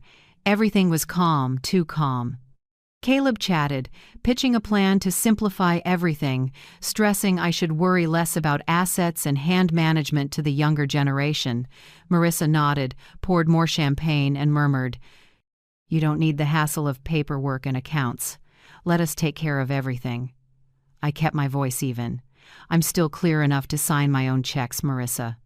She smiled, eyes like needles. "Of course, Mom. It's just, sometimes people don't realize they're starting to forget the little things." A chill ran my spine. I noticed her phone on the table camera pointed at me. She pretended to take selfies, but the angle clearly captured me raising a glass, smiling, not looking steady. I set my glass down, my voice dropping. "Caleb, I want to go back. I'm tired." My son glanced at his wife, then said flatly, "No, Mom. You need to hear us out." I looked straight at him. "You're scaring me. We just want to be sure everything's in order. You know how messy legal stuff gets if anything happens." Marissa slid in, sweet and scripted. "Do you remember what the doctor said about post-surgery? About short-term memory being affected?" I narrowed my eyes. "What are you implying?" "Nothing at all, Mom," she smiled. "Just that, when the time comes, it's better if someone can sign for you." My hand trembled, but anger surged. I suddenly saw it. Since Robert died, they'd been building a wall around me. My old attorney stopped taking calls, accounts under review, bank calls rerouted through Caleb. I searched my son's eyes for a trace of the boy I'd held and rocked to sleep. Nothing. Only cold calculation. "I want to go ashore. Now." Caleb's voice dropped, cold as the water around us. "You're not going anywhere." Marissa came close, and in that exact moment she whispered the line that shoved me to the edge of life and death. "Say hi to the sharks." The shove wasn't hard, but it was enough to throw me off balance. A heartbeat later, I dropped off the deck. Water exploded around me, salt burning my mouth like needles. In that split moment, I saw them on the deck, Caleb faking panic, Marissa clutching her chest, putting on shock. Then they turned away. I kicked, but the dress and shoes dragged me down. My head spun, hips screaming, but survival took over. I'd swum every morning with Robert for 20 years. He used to say, "The ocean doesn't kill you, Lorraine. Fear does." I held my breath, kicked hard, and aimed for a distant light, some small fishing boat. Every yard burned. It felt like someone was squeezing my lungs, but I didn't stop. I saw Caleb's eyes as I fell, no love, only relief. I thought of Robert. He always said I was stronger than I believed. He was right. I broke the surface, coughing, and shouted hoarsely, "Help! Somebody!" A flashlight swept my way. A rough male voice barked, "Holy hell! Someone in the water! Hold that line! Pull her up!" I grabbed the rope. Sun-browned arms hauled me onto a rough wooden deck. I collapsed, shaking so hard my bones rattled. Salt, motor oil, and gasoline smoke smells of survival. The man threw a blanket around me. "Ma'am, what happened? Where'd you fall from?" I opened my mouth, breath ragged, voice shaking. Don't call the Coast Guard. Let them think I'm dead." He, my rescuer, held my gaze, more than surprised, something like compassion there. "My name's Hank," he said quietly. "People usually say that when they're running from the devil." I nodded. "Not the devil, my own blood." Right then I knew. Lorraine Whitaker died on that yacht. The woman pulled from the bay was someone else. Someone who would live to take justice back, inch by inch. Curled in a soaked blanket on Hank's wooden deck, I shut my eyes, tried to steady my breathing. The wind burned my face, but old images flickered, small details I'd brushed off now snapping into place like a completed puzzle of betrayal. It began months earlier, right after I left the hospital.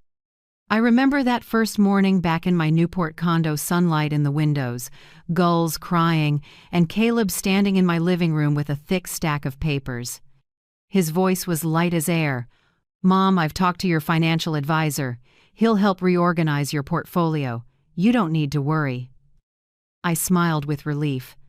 After Robert passed, I struggled with the mountain of paperwork and investments from his tech company. It seemed my son was stepping up, but within weeks, things slipped. My financial advisor, who used to call weekly, went silent, emails unanswered. When I phoned, his assistant said, "He's no longer handling your account. All updates will go through Caleb Whitaker." I was stunned. Why would my account go through my son when I hadn't signed any power of attorney? I called my longtime accountant of nearly 20 years. He apologized for being booked, rescheduled, then canceled. My personal attorney, Clarice Nolan, once Robert's close friend, started dodging me too. Calls went to voicemail. I left messages, sent emails, nothing. People around me vanished in sync, leaving me standing alone in a web of lies I didn't yet see. I told myself they were busy, or it was all coincidence. Then Caleb started showing up more. He brought fruit, pill boxes, and a soft smile. "You need me to take care of you. After surgery, your memory's more forgetful, right?" he said, with a hint of pity. I frowned. "I remember fine, Caleb. I'm just tired. Sometimes." "I know, but don't push it. You should think about streamlining assets, trusts, the company. Simplify to manage easily." It sounded caring, but his eyes held something cold, calculating. Robert used to say, "If someone says they love you but won't meet your eyes, pay attention." I didn't listen then. Next came Marissa, my daughter-in-law. After my hip surgery, she stayed 2 weeks. At first I was grateful. She cooked, cleaned, reminded me to take pills. Then oddities crept in. The painkiller bottle on the table had relabeled instructions, dosages crossed out and rewritten. When I asked, she smiled. "The doctor adjusted it a bit so you can sleep." I was suspicious. But when I called the clinic, the nurse said, "We didn't change the prescription." I asked Marissa. She stayed cool. "Maybe they forgot to update the system." "Don't worry." One afternoon she brought papers. "Mom, this is a temporary power of attorney, just so we can pay bills for you when you're in the hospital." Purely procedural, sign quickly for convenience. I lifted the pen, then froze. Robert had taught me, no one needs your signature rights if they truly want to help. I set the pen down and smiled lightly. "Thanks, but I can pay my own." Something dark flickered in Marissa's eyes, then the sweet mask returned. Looking back, each small thing was a drop adding up to a wave. I tried to believe they cared, but deep down, something was twisted. I felt watched, staged. Then came the fateful yacht trip. On deck, between waves and champagne, the last pieces clicked. Marissa kept her phone angled at me. She smiled, adjusted the lens. A family video for the memory. I saw the light reflected in the camera enough to know it was recording. I made polite comments about money, about how, if Robert were alive, he'd want Caleb to be more stable. Caleb nodded, mouth smiling, eyes cold. I see now they wanted footage of me rambling about money while tipsy. Proof I was no longer sound. As the yacht moved farther out, Newport shrank to a thin line, the water flat as glass. Fear crept in. I said, "We're too far. Let's turn back." Caleb said nothing, just raised his glass and stared at the sea. Marissa adjusted her phone. The silence was suspicious. "Caleb, I want to go back." "No, Mom. There's more to discuss." His voice went rough, every word pressed down. A vein stood out on his hand holding the glass. "We just want to be sure you're prepared in case you aren't clear-minded anymore." "Not clear-minded?" I repeated, heart clamping tight. Marissa tilted her head, soft as cotton, empty inside. "The doctor said you forget things, right? Early signs, Lorraine. We're just worried." I didn't answer. I looked down at the water. Ripples like ribbons of glass. Then I knew. They weren't going to wait. A boating accident was perfect. No witnesses, no evidence, no crime. A woman fresh from surgery, on pain meds, showing confusion, slips overboard too easy to believe. I took a deep breath, set my hand on the rail. I started to step back, but Marissa was already behind me, too close, too ready. Caleb gave me one last look, a tiny nod like signing a contract. Then the shove light, and enough to sever every illusion I had about a mother's bond. Now, in the dim light of the fishing boat, I see every layer of deceit I'd refused to face. Every concern, every favor, just steps toward the ending they scripted. They wanted me gone quietly, leaving them everything: wealth, reputation, power, and a ticket to the luxury life I built. I shook not from cold but fury. Nearly 40 years as a mother, I thought my love was big enough that my child would never harm me. Now I know, greed can swallow anything, even blood. On deck, Hank handed me a hot cup of tea. "You've been through hell, haven't you?" I met his eyes, voice low. "They tried to kill me for money, but I'm still alive, and that is their problem." Offshore, waves kept their steady beat. I looked toward the pitch-black horizon where the lit yacht drifted toward shore, toward my own home. I knew when it docked, Caleb and Marissa would start the new life they thought erased me. But they didn't know that tonight I started over too, with one purpose: to make them pay for calling it an accident. I still remember my hand slipping from the brine, then someone gripping tight and hauling me out of the cold churn. Wind slapped my face as a hoarse voice barked, "Careful, Maya! Hold that line tight!" My body felt like stone, my breath in pieces, vision blurred by salt. Pulled onto the deck, I collapsed, shaking like a drawn wire. A thick blanket smelling of salt and diesel wrapped my shoulders, and that voice came again, warm, dry, commanding, "Ma'am, don't sleep. Look at me, can you hear me?" I nodded weakly. Yellow light fell across the weathered face of a middle-aged man, gray stubble on his jaw. Beside him, a teen girl, 16, maybe 17, poured warm water into a plastic cup, hands trembling as she offered it. "Drink, ma'am. It's cold out here." Her voice was gentle, a little shaky, but sincere. I sipped. The heat touched my lips, slid down my throat, life returning inch by inch. "Thank you," I rasped. I fell off a yacht." The man frowned. "What yacht runs this late at night? Anyone else with you? Did you slip?" I looked up at him, stranger's eyes. I somehow trusted in that light. "Not slip," I said softly. "Pushed." He froze. The girl Maya went wide-eyed. He set a hand on the wheel, silent a few beats, then asked slowly, "Do you want me to call the Coast Guard? They'll get you to a hospital, handle the rest." I shook my head fast, voice urgent. "No, please don't. Let them think I'm dead." He swung around, assessing, not skeptical, just understanding. You sure? Out here, not calling it in, if anyone asks. I'm sure.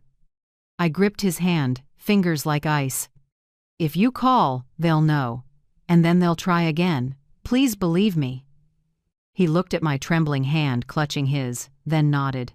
Name's Hank O'Rourke. I've been on the water my whole life, seen a lot, but never anyone like you. All right, I won't call, but I'm taking you ashore to warm up. You won't last long in this cold. The wooden boat turned west, gliding through a thick, black night. Wind whipped my wet hair, freezing me numb, but inside something lit a feeling I hadn't had in years, the will to live. Maya, small, curly-haired, bright dark eyes sat across from me, watching. Ma'am, who did this to you? Do you want us to call the police? I shook my head. If you call, they'll get here before the police. You don't understand, they have money, lawyers, everything. She hesitated. Then, what are you going to do? I stared into the dark ahead. Survive, and wait for my moment. Hank nodded slightly, as if he'd known the answer. As the boat nosed into a narrow inlet, he pointed. There's a side dock. No one comes by at night. I know a place you can stay a few days. The owner keeps quiet if you pay cash. Fog clung to the dock when we tied up. I shivered, each breath turning to mist. Hank lifted me out. Maya carefully carried the blankets. Under dim streetlights stood a small 2-story wooden house with a sign, Asha's Bay Inn, rooms and breakfast. The air smelled like old pastry and ginger. Hank knocked 3 short times. The door cracked open.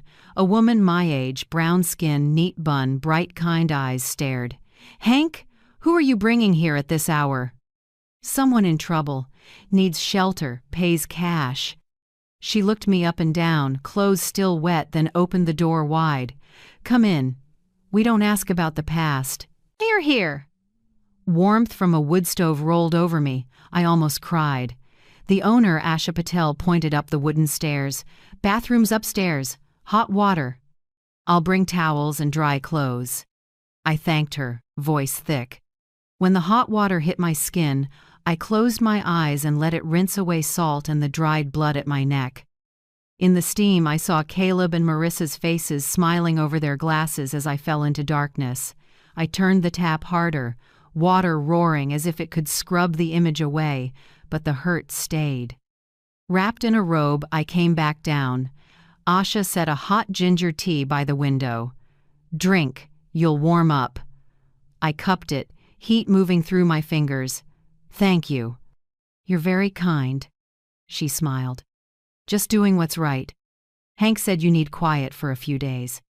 I nodded. Only a few. I won't cause trouble. There's no trouble here, only people trying to start over. Alone at the table, I listened to wind slip through the doorframe. Then looked at an old laptop on the shelf screen, faintly glowing. Asha said I could use it. I opened a browser, heart pounding as I typed my name.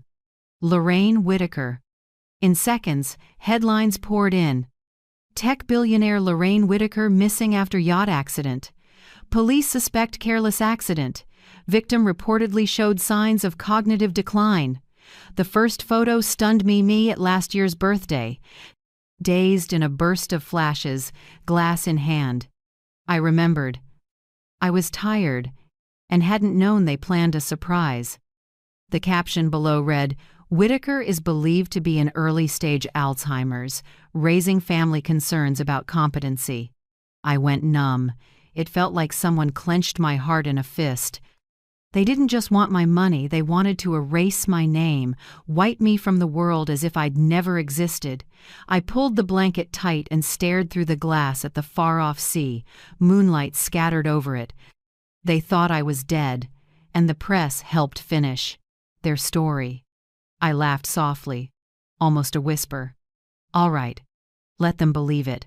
But I'm not dead. Asha looked at me from behind the kitchen counter, her eyes more understanding than curious. People usually come here to run from something, but sometimes they stay because they want to take everything back. Which one are you?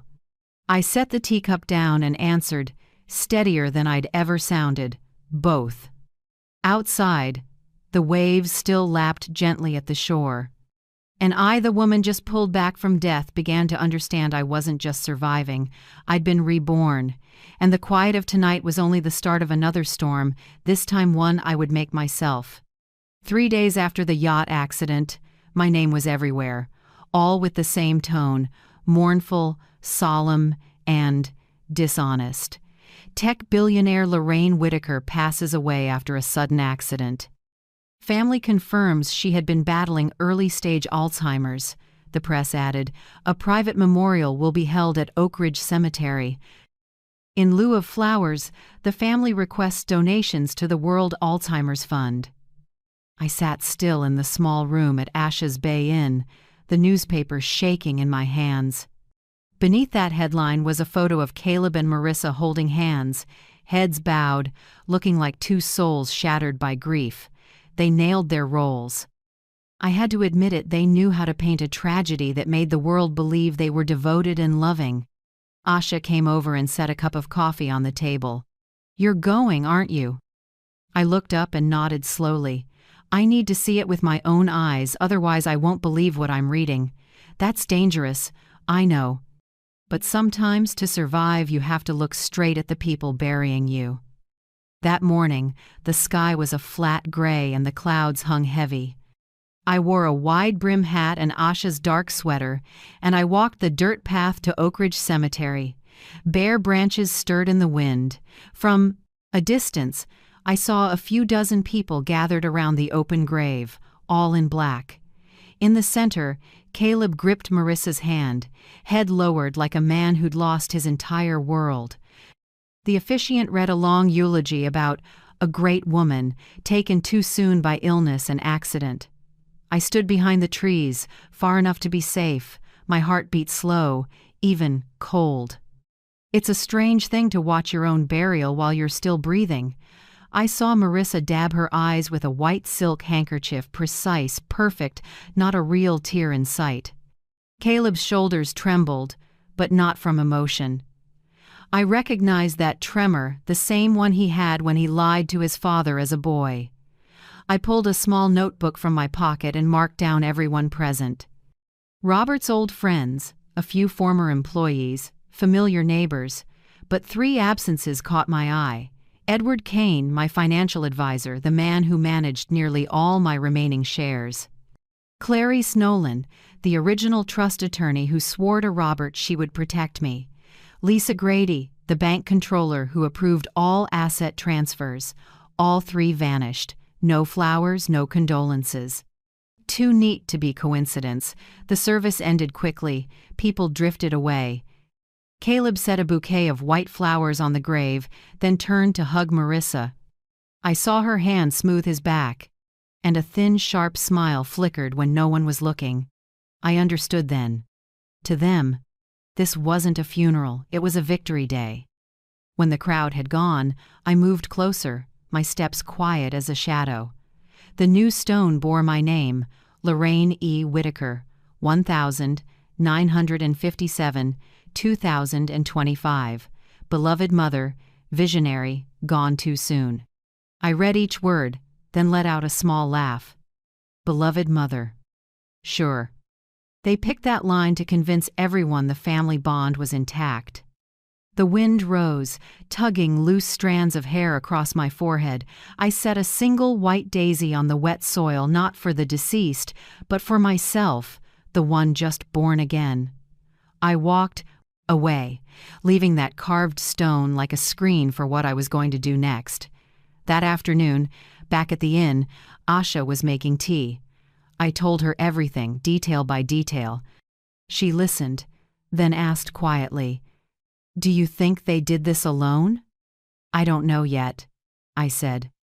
"But I feel someone's behind them, someone who knows the law and cleared the path step by step."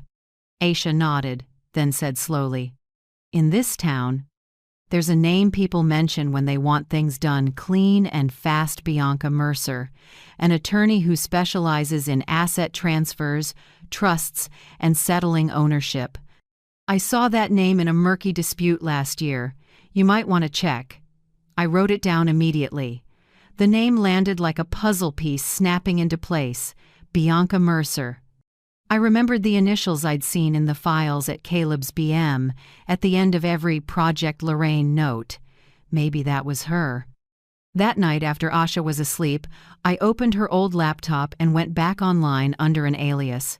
I started scanning anyone tied to my assets. The deeper I dug, the worse it looked.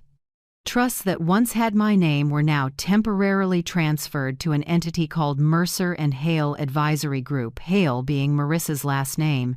It felt like someone squeezed my chest. Everything had been arranged carefully, cleverly, almost legally. I opened a new note and listed everyone with access to the trust systems: Caleb, Marissa, Bianca Mercer, and Edward Kane. I drew arrows between them, marking connections by job, timeline, and benefit. A network began to form. At its center was MT, the initials I'd seen on the Project Lorraine notes. I wondered if that stood for Mercer Trust or Mercer and Torres, or something else I hadn't uncovered yet. The clock was a little past 11 p.m. Outside, the wind hissed through the doorframe, and thin moonlight fell over the financial map I'd sketched on paper. I stared at the circled names, a chill running down my rear back. The more I thought, the more certain I was that Caleb and Marissa were only pieces on someone's board. Behind them stood a person who knew the law well enough to turn murder into asset transfer due to incapacity. And the name Bianca Mercer was the key to the whole lock. I closed the notebook and took a long breath. The fire in the stove flickered, casting orange light onto the old walls. In my head, things were clearer than ever. If I wanted justice back, I had to return to where it began, the old house I once thought was safest, now likely hiding the truths they believed I'd never come back to find. I stood, pulled the curtain shut, and looked at my reflection in the glass. That face looked different, not the frail woman shoved off a yacht, but someone quietly preparing to come back from the dead. And tonight, I swore, I would hunt down the people who wrote my obituary while I was still alive. That night, the Newport sky was thick with sea salt gray blue. I put on the heavy coat Asha gave me and slipped my hand into the pocket where I kept a small key darkened by years, the key to the house I once called home. Caleb had never asked for it back. Maybe he figured the dead don't need keys. I left the inn near midnight, when the streets were dark. The road up Beacon Hill was so empty my footsteps echoed on the cold asphalt. The elegant houses on both sides glowed a warm gold, but my house, the Whitaker home, where I lived 30 years with Robert, sat in darkness, only a faint light from the porch camera. I knew its blind spot. I was the one who installed the system to protect the family. The back door was the same. I bent, slid in the key. A quiet click, and in that moment my heart pounded like I was stepping into the past. Inside was cold and too clean, not abandoned, but maintained. The hallway rug had no dust, the sofa was neatly covered, and the air carried the expensive spray Marissa loved. I clicked on the small flashlight. Hank gave me. The beam slid across a polished steel fridge. I eased it open, packed with fresh food, pricey wine, imported cheese, and a tub of infant formula. My heart stopped. The house wasn't empty. Someone lived here often. I moved like a shadow, slipping through the living room. The old mahogany set was gone, replaced by Italian leather, and our wedding photo was off the wall, swapped with a beach shot of Caleb and Marissa. Every trace of me erased, as if they were test driving a life without me. I stopped at Robert's office door where he used to sit for hours at his typewriter, reading company reports, drinking black coffee. It had always been locked, but now it was ajar. I pushed it open. The desk lamps were still on. The room had become a command center. Walls plastered with notes, a whiteboard crammed with writing, and in the middle a thick file stamped in bold, Project Lorraine, Phase 3. Accident. My head swam, but my hands were steady. I pulled out the disposable film camera Hank gave me point and shoot and started photographing every page, every timeline. In the yellow light, Marissa's shaky handwriting was clear. Observation. Patient confuses dates. Forgets meds record on video. Adds sedatives to night dosage. Prepare petition. Declaration of incapacity. MT approved. Those initials MT repeated under approved. At the bottom, a full signature. Bianca Mercer, Esquire, exactly as I suspected. I kept shooting. Each click was a soft countdown in the night. Next to the file, a huge whiteboard was split into 4 columns. Phase 1, Fake Medical Profile, completed. Phase 2, Secure Asset Authority, completed. Phase 3, Boating Accident completed, estimated 05/07. Phase 4, Court declares incapacity and announces inheritance plan in process. The last line was circled in red ink, with Caleb's handwriting beside it. Must finish within 2 weeks, before the audit committee steps in. I dropped into a chair, hands shaking. Page after page proved they'd planned this for a long time, not just to take everything, but to legally destroy me, one step at a time. I flipped to the next stack. Memory Decline Observation Report, Patient L.W. Lorraine Whitaker. Below were precise dates and notes. March 12th, mixed prescriptions, confused morning and night due to Marissa relabeling. March 25th, rambling about assets in front of medical staff. April 30th, forgot doctor's name, prolonged confusion. I drew a long breath. Every proof was one of those foggy, exhausted moments after surgery, and they had staged them. I took a few more shots, then closed the file. In the pile was a loose fax, wrinkled at the corner, from Bianca Mercer to C. Whitaker, M. Whitaker subject, prepare court petition. After the hearing, submit the file with adjusted medical reports. Don't forget signatures. Phase 4 only succeeds if no one questions the death certificate. B.M.'s e-signature glared at the bottom. I slipped it into my coat pocket. This felt like the crucial piece. And right then, white headlights flared at the gate. An engine rumbled. I killed the flashlight, heart in my throat. A familiar voice on the porch. Did you lock the door? I left my phone on the table. Marissa's voice, bright and clear. Yeah, hurry up, I'm dead tired. Caleb's voice, flat. I scanned the room. No way out the front. The only window was by the desk, facing the rose garden, the one I tended for 20 years. I held my breath, slid the latch, and slipped out just as Marissa's soft laugh floated through the living room. The garden soil was damp, the smell of roses mixed with iron in the cold night. I crouched low, moved along the fence, fingers gripping thorns. Every step was a drumbeat in my chest. I was less than 30 feet from the back door when a small, haunting sound cut through an infant's cry. I froze. My heart missed a beat. That sound was unmistakable, thin, broken, from upstairs. I looked up and saw a small light spilling from my old bedroom, the master, a baby. In this house, when that weak cry rose in the dark, my heart cracked. An innocent child, and 2 people who used to call me Mom. What would you do in my place? Would you stop or turn back and face them? Share how you feel in the comments. I truly want to hear your perspective. I ducked lower, slid along the fence, listening. Caleb's footsteps thudded inside, then Marissa's whisper. I've got it. You go to sleep. She's up again. When will it settle? It's been 3 weeks and she still isn't on a schedule. 3 weeks. I did the math. 3 weeks since my accident. Cold flooded my veins. They weren't just taking assets. They were raising a child or hiding a darker secret. I backed away from the fence without looking, my hand locked around the camera in my pocket. That night, leaving the house that used to be mine, I knew I'd brushed the last mask of this scheme. And that cry, thin and relentless, followed me all the way back. I barely slept that night. The baby's cry kept echoing in my head, clinging to every heartbeat, reminding me that something worse than betrayal lived in that house. Caleb and Marissa had never said they had a child.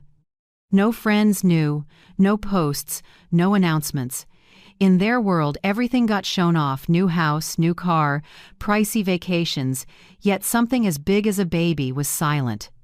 That could only mean one thing: the child wasn't born normally. I got back to the inn near dawn, still shaking with cold and fear.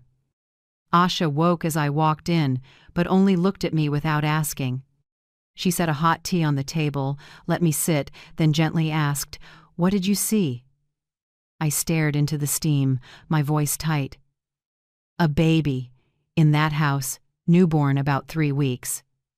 Asha frowned. "Have they told anyone?" "I don't think so. They're hiding her.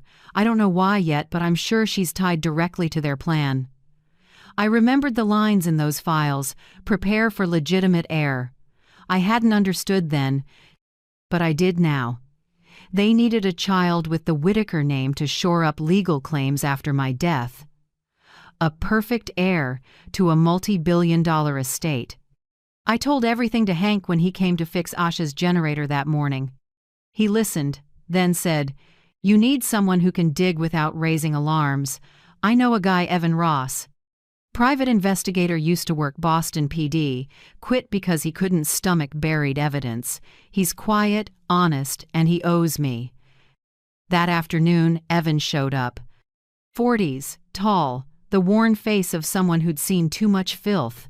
He shook my hand, eyes steady, neither nosy nor pitying. "Hank says you need to look into a baby and 2 people who tried to kill you." I nodded and handed him the photos I'd taken in the house. He flipped through them, his gaze locked on Project Lorraine. "This isn't just asset theft. There's a whole legal pipeline behind it. I'll need a few days." 3 days later, he returned with a thick file and a heavy look. "I found where they've been going for months," he said. "A high-end fertility clinic in North Boston, North Shore Family Wellness Institute. They don't advertise, only take clients by referral.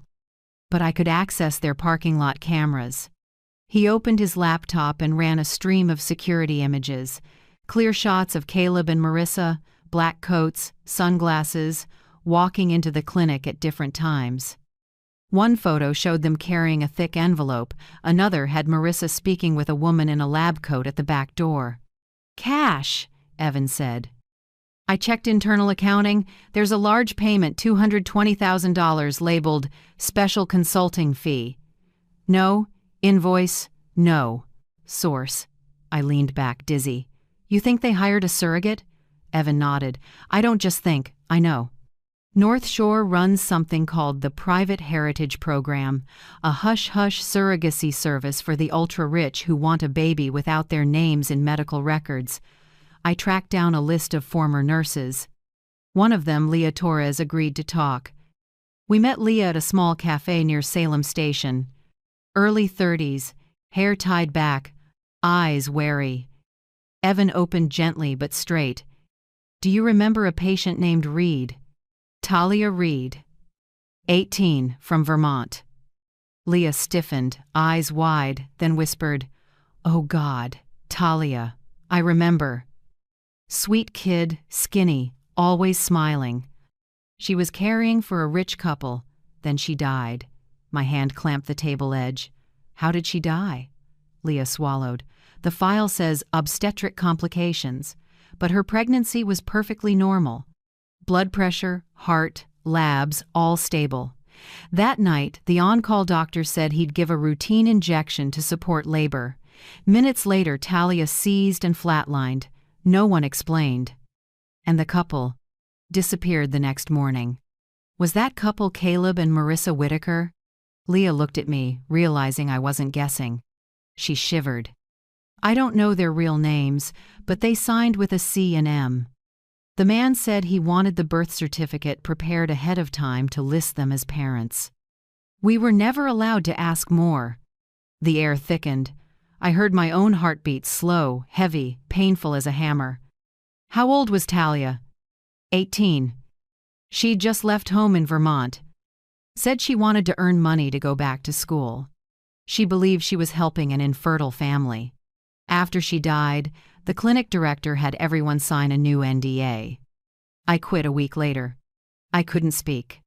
A teenage girl, young enough to be my granddaughter, killed to hide a baby, and that baby was in the arms of the people who killed her mother. Evan closed the file, his voice dropping. I can prove at least the cash transaction and the prepped fake birth certificate. But to charge them, you'll need more medical proof, testimony, or recordings. I looked at him, heat rising behind my eyes. I'll get it. We left the cafe as a light rain began. Boston rain is cold, clinging, like a reminder that guilt leaves traces no matter how you try to wash them away. I pulled up my hood and almost whispered, "They think they can use money to buy blood, buy lives, buy even my legacy. But there's one thing they can't buy," Evan asked quietly. "What's that?" I answered, my eyes looking far away. "The truth. And this time, the truth is what will drown them." Evan found out that Caleb and Marissa always had a nanny working in shifts. The schedule changed weekly, but on Tuesdays, between about 10 a.m. and 2 p.m., both of them usually left the house to sign legal papers at the Mercer and Hale Law Office. That was the only gap I could exploit. 4 hours to get inside the house, meet the person caring for the baby, and plant the seeds of my counterattack. That morning, the sky was overcast, the wind from the bay cold and biting. I wore a gray wool coat with the hood pulled low and carried the folder Evan had prepared, photos of Project Lorraine, Talia Reed's file, and the fake birth certificate of the baby. When the clock struck 11 a.m., I rang the bell. The door opened to a blonde woman of about 30, her face gentle but with the tired eyes of someone lacking sleep. She held the baby in her arms, her voice cautious. "I'm sorry, can I help you?" I took a deep breath. "I'm Lorraine Whitaker, Caleb's mother, and the grandmother of the baby you're holding." Nora, the name on her badge, froze. Her face went pale. "That's impossible. You're dead. I read the papers, saw the news. They said you fell off the yacht and died, right?" I cut in, my voice calm. "But I'm alive, and I need to talk to you right now." She stood still a few seconds, then stepped aside for me to enter. The house was just as I remembered, except now it carried the soft breath of a child. The baby lay in her arms, wide brown eyes silently fixed on me. A look so pure it made my throat tighten. "What's his name?" I asked softly. "Robert Jr., that's what they call him." "No, his real name is Rowan Talia Whitaker," I said, my voice trembling slightly. "Rowan to give him a new name, and Talia so he never forgets the birth mother who died for him." Nora clutched the baby tighter, her eyes filling with tears. I pulled from my bag a photo of Talia, the young girl with messy brown hair and a shy smile. "She's this child's mother. She was killed in the delivery room, and the couple you're working for are the ones responsible." Nora stared at the photo, then at me, her lips quivering. "Oh God, they said the baby was legally adopted. They told me the mother died of an illness. No, she died from an unnecessary injection. And I have proof."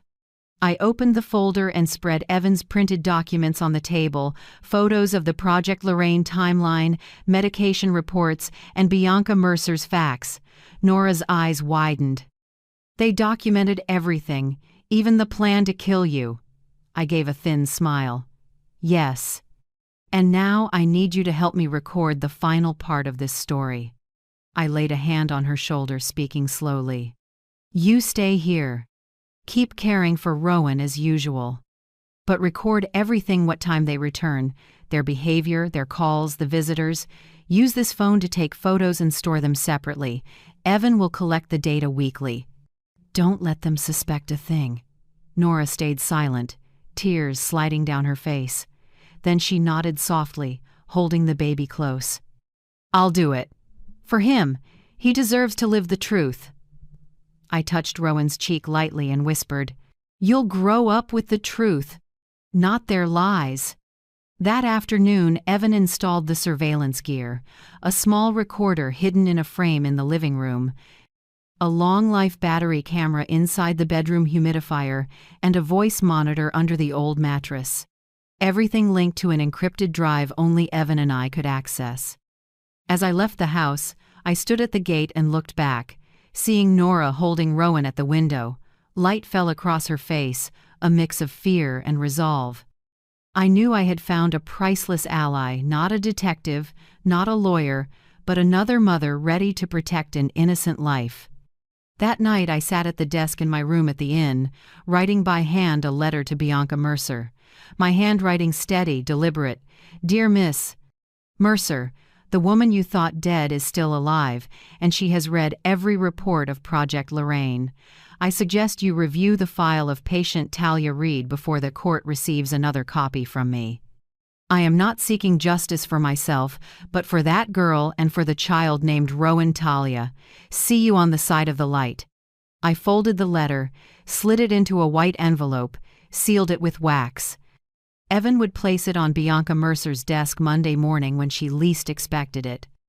Inside me, a quiet fire flared, not the fear of a betrayed mother, but the will of a survivor ready to reclaim everything, including justice for the voices that could no longer speak.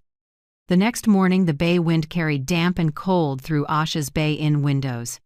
I sat in the corner of my room, listening to the waves beating against the rocks, my heart strangely calm. Today was the day of the inheritance procedure, the day Caleb, Marissa, and Bianca Mercer would finalize my death on paper, and also the day they'd realize the dead woman could smile. The letter I wrote last night had been delivered by Evan on time. I pictured Bianca opening the envelope in her sleek glass office while presenting documents.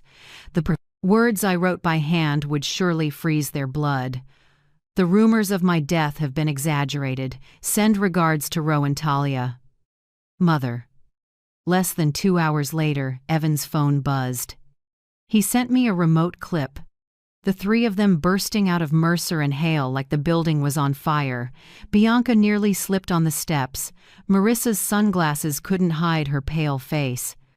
Caleb yanked his wife's arm, muttering something, but I saw only one thing in his eyes: panic.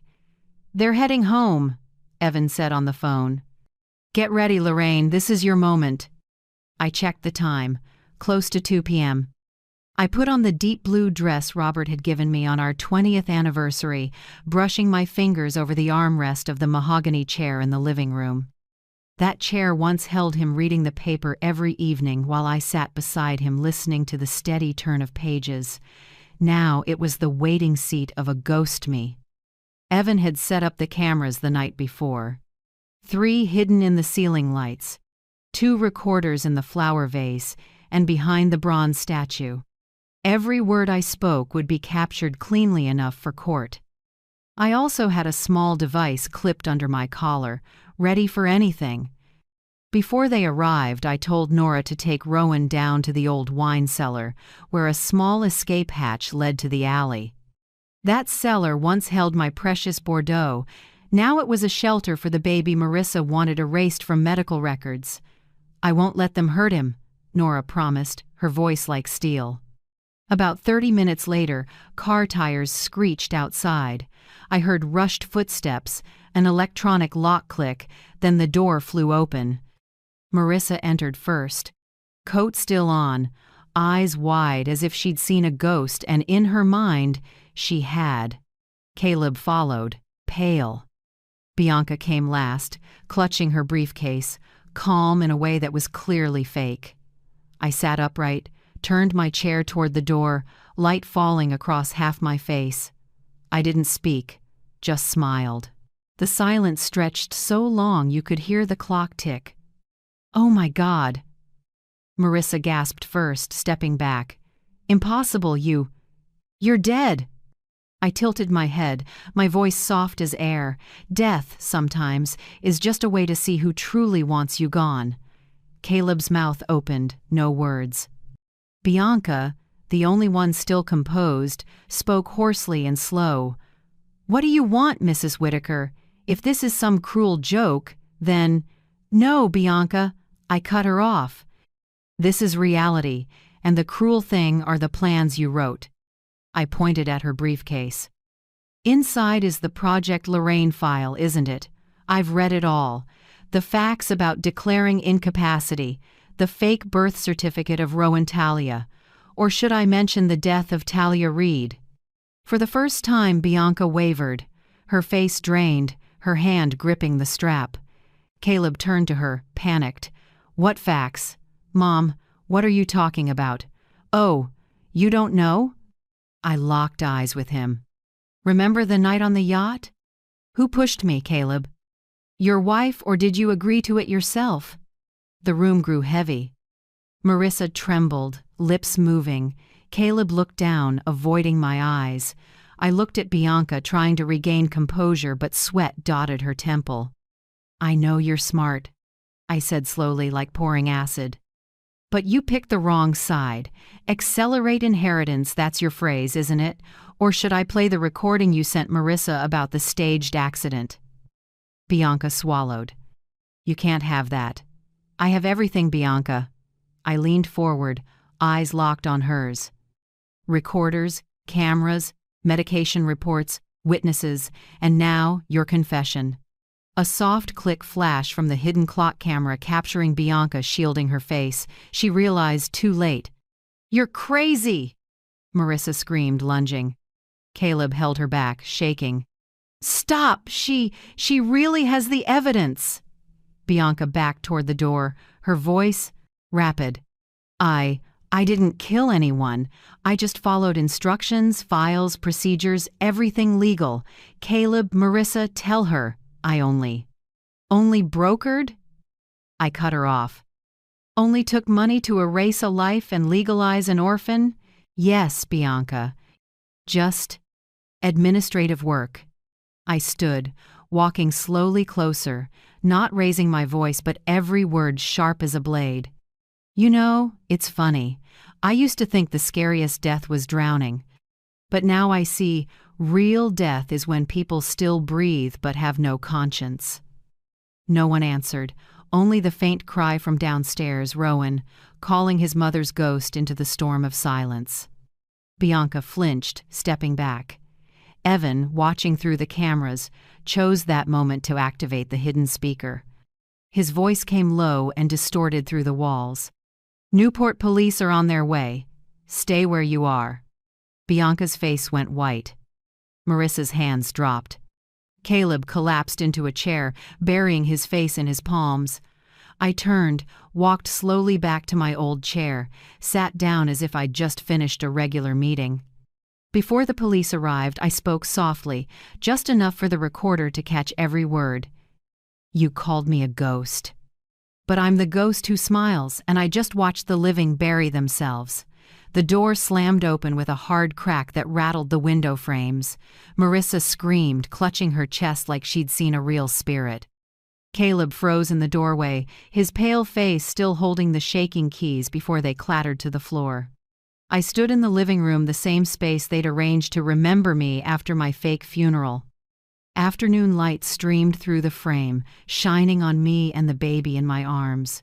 Rowan Talia stirred, his tiny face flushed in the light, wide eyes open. His faint cry mixed with Marissa's ragged breathing. "What are you doing with my child?" Marissa shouted, her voice hoarse with fear and rage. I shrugged slightly, holding the baby. Tighter. "Your child? No. This is Rowan Talia Whitaker, the child of Talia Reed. An 18-year-old girl who cared for you and died after a routine injection at North Shore Family Wellness Institute." The room went silent. Caleb opened his mouth, shook his head. "No, that's not true. You can't know that." I looked straight at him, my voice slow, each word heavy as stone. "I know everything. The $220,000 in cash. The video of you and your wife entering the clinic, Bianca Mercer's fax." And this, I opened my bag, pulled out the thick file, spread it across the wooden table, photos, receipts, screenshots, and on top, the Project Lorraine, Phase 3, accident page. Marissa's eyes went wide, swallowing hard. This is attorney-client material you stole? No. I cut her off. I photographed it in this very house, in Robert's office. The house you're living in thanks to forged transfers. And I have the right to take back everything, including my name. I set the recorder on the table, pressed record, the red light blinking. Under Rhode Island law, one-party consent is enough. And I'm that party. Marissa backed up, her voice low and hard. What do you want? Money? Or just to see us on our knees? I laughed softly, cold. No, Marissa, I want justice. I want everyone to know you tried to kill me and killed this baby's mother. Caleb raised his hands to his face, murmuring, Marissa, stop talking. But she didn't. Panic turned to aggression. You have nothing. These papers are fake. These photos could be staged. If you think you can undo this with some amateur tricks, then I pulled out Talia Reed's notebook. Evan had gotten it from Nurse Leah. I opened to the last page, the handwriting still shaky. Tomorrow they'll give me the shot. The doctor says it will be easier. I just want to live to see the baby once. I looked up. She has never got that chance. But I did, and I'm holding him now. Marissa went silent. Her face drained. Caleb trembled in the chair, staring at the baby like facing his own guilt. I looked at them both, my voice low. Bianca may have been caught first, but you two can't hide forever. I'm giving you 24 hours. In that time, hand over all devices, sign statements about working with Mercer, and send me copies of the financial records. Do it, and I won't pursue attempted murder charges. I only demand the truth in court. If not, I bent and kissed Rowan's forehead, then looked Marissa in the eye. I'll let the FBI, family court, and national press have it all. Not just Talia's death, but the money laundering in your charity fund. The words sliced the silence. Marissa's mouth opened, but no sound came. Caleb's shoulders slumped, his head dropped. For the first time, he didn't look like an enemy. He looked like a lost boy caught in his wife's game. You wouldn't dare, Marissa said weakly, a last reflex. I raised an eyebrow. You think so? Then pulled out my phone and played Bianca's recorded voice. Accelerate the inheritance process before she rewrites the will. An accident is the safest choice.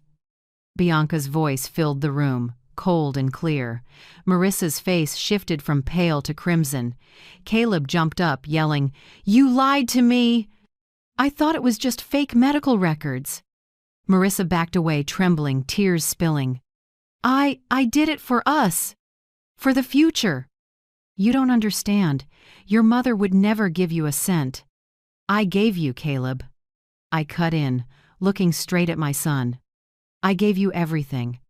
But you let someone teach you how to trade your mother's trust for money. He dropped back into the chair, silent, hands on his head. I closed the file and slipped it into my bag, my voice firm. 24 hours, from now.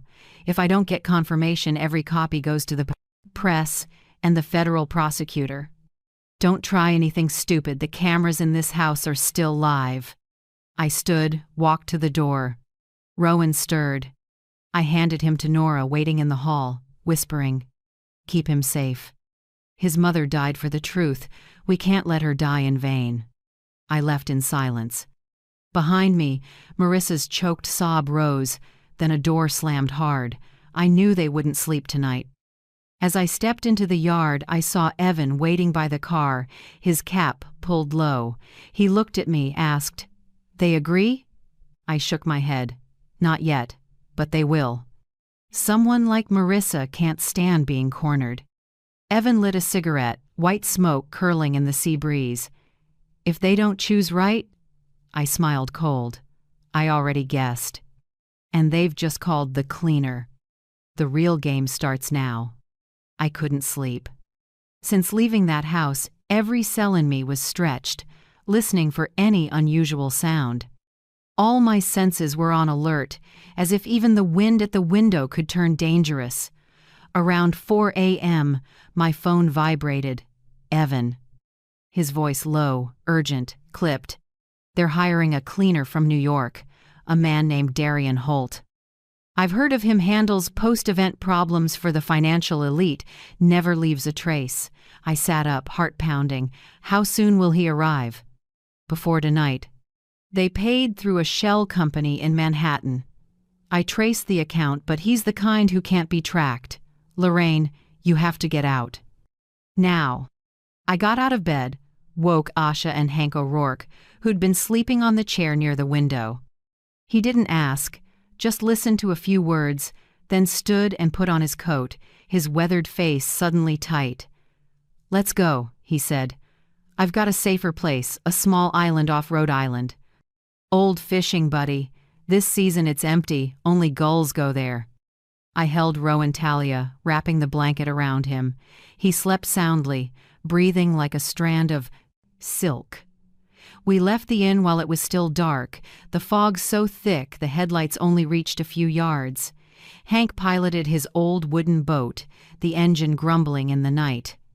I curled up, holding the baby close, listening to the waves hit the hull. About 2 hours later, we reached a small island only a few acres wide, covered in wild grass and white stones. In the middle stood a 2-story wooden house with a tilted chimney and dry climbing vines. Hank called it Morrigan's Rock, a place he and his friend had used to ride out storms years ago. "No network, no cameras, no neighbors," he said. "If they want to find you, they'll have to search the whole ocean." I froze. Dead? When? "This morning. Shot twice in the chest at a hotel in Providence. No security cameras working at the time. Local police think it was a robbery, but nothing was taken." A chill ran down my spine. Someone wanted him silenced. Exactly, and I think they're scrubbing the whole chain of contacts. I checked the Mercer and Hale accounts. $500,000 was withdrawn overnight. No trail, no wire, it just vanished. You know what that means. I nodded even though he couldn't see. It meant a high-level cleanup. It meant someone above Bianca Mercer was calling the shots. Asha, sitting beside me, listened. Her eyes lit up when Evan sent over a hotel surveillance still. In the photo, behind Darian Holt, a woman in a hooded cap walked by, only half her face visible. Asha squinted, her voice low. "Wait, this woman, I've seen her before." "Where?" I asked. "At St. Mary's Hospital, about 6 months ago." She came to the front desk asking for a list of elderly patients with no family visitors. I remember because she left a fake business card said Charity for Elder Care. The room seemed to thicken. Evan was quiet for a few seconds, then said softly, "That matches the report I'm looking at." A string of elderly patients who passed peacefully after getting legal counseling about their assets. Most share the same file pattern: witness signatures by Bianca Mercer, medical sign-offs from the same clinic, North Shore Family Wellness, and financial advising from Kane Holdings. 3 links: medical, legal, financial. I leaned back, heart pounding. A network. Right. And they weren't just targeting you. I've found 20 other cases over the past 10 years across New England. Each one an accident, falls downstairs, carbon monoxide, drug reaction, slips in a bathtub. All happening weeks after the victim transferred assets or was declared incapacitated. And all tied to people connected to Mercer.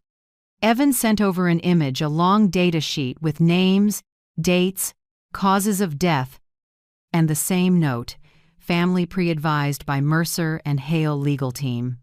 I read line by line, my fingers shaking at their ages: 67, 72, 80, 76. All wealthy, older, alone. People like me. And I almost became number 21, I whispered.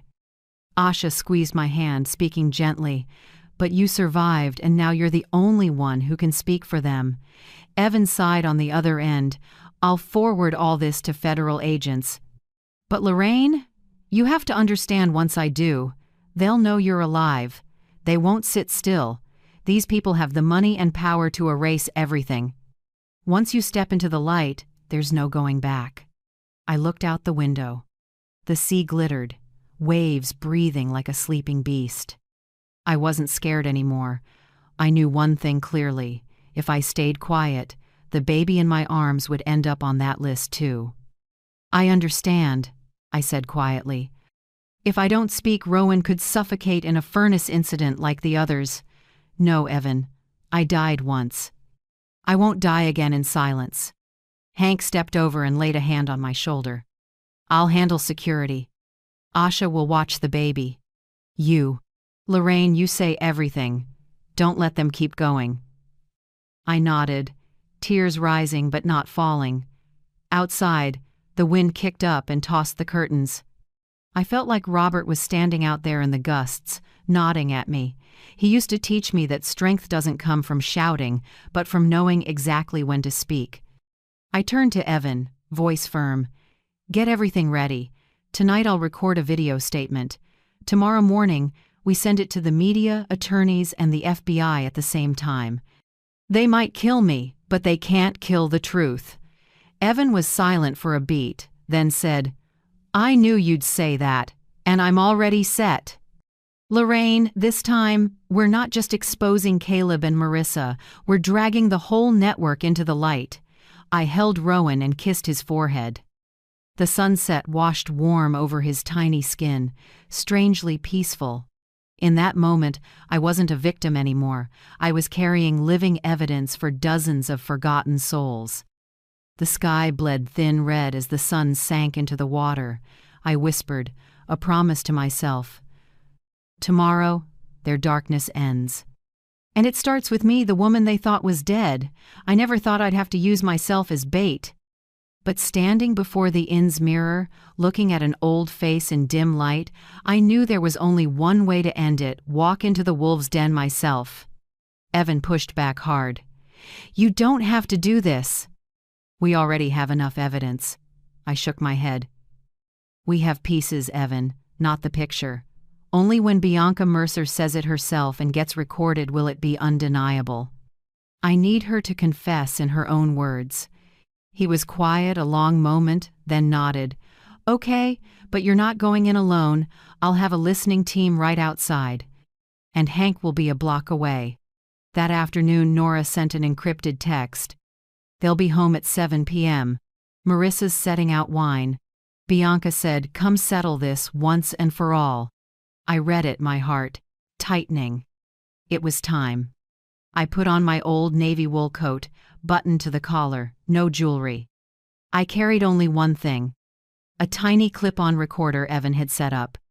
Inside the house, Nora had already planted 3 more devices, one in the fireplace mantel, one behind the landscape painting, and one under the dining table where voices carry best. At 10 to 7, I walked up to the gate of the house that used to be mine. Warm yellow light spilled through the glass, the smell of wine and oak drifting out. In a gray van a block away, Evan and 2 agents sat silent, headsets on, signal locked. I rang. The door opened. Caleb appeared, looking tired and older than 40. His eyes met mine for a second, then slid away. Mom, he said, voice cracked. I answered softly, let's talk. About Rowan. About ending this. The living room looked the same, but everything in it was a battlefield. Marissa sat on the sofa with a glass of wine, a half smile. I knew you'd come. Old people like you can't stand seeing your money in someone else's hands. I didn't reply. I sat, set my bag on the table, eyes sweeping the room, every corner recording. And at exactly 7 p.m., Bianca Mercer walked in. Neat, polished, a faint, expensive perfume filling the room. She smiled like this was a contract signing.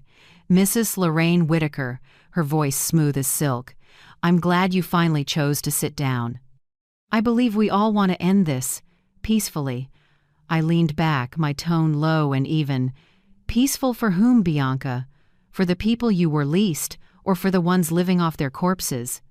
Her brow lifted slightly, but she didn't deny a thing. We provide a peaceful end for those with no one left. You must understand, Lorraine, the system is complicated. Many people want to go gently. I looked straight at her and pressed the words, "How many?" She hesitated, then spoke slowly, even, like reading a report. 39 files resolved, all legal, with medical and legal sign-offs. None were prosecuted. Outside, Evan held his breath. Every word Bianca spoke was being captured as clean as a hammer strike. I kept my voice steady. And among those 39 was Talia Reed, right? Bianca shrugged. If that's the name you want to use, I only know case F-237. A complicated matter, maternal death due to complications. The child transferred to guardians under the law. All paperwork complete. I heard Marissa chuckle under her breath. See? All legal. You've got nothing. I turned to her, my smile thin as a blade. Right. Legal. Like paying cash to the clinic, swapping a birth certificate, and hiring someone to stage a boating accident for your mother-in-law. All nice and legal. Caleb gripped the chair arms, lips tight. I looked straight at him, voice low but hard. This is the family you chose, Caleb? Killing, forging documents, taking a child on someone else's blood? He opened his mouth to speak but didn't get the chance. Bianca set her briefcase on the table, her voice sharper. Moralize all you want, Lorraine. You can't prove it. You don't have video, witnesses, or original records. I have everything legal. If you want to be left alone, sign this waiver of claims in exchange for preserving guardianship of the child. You'll be safe. You just need to disappear. I looked at the papers. Outside, I was calm. Inside, my heart pounded like a drum. Now was the time to make her say more. I asked quietly, "If I sign, you guarantee there won't be another accident, right?" Bianca smiled cold. Guaranteed.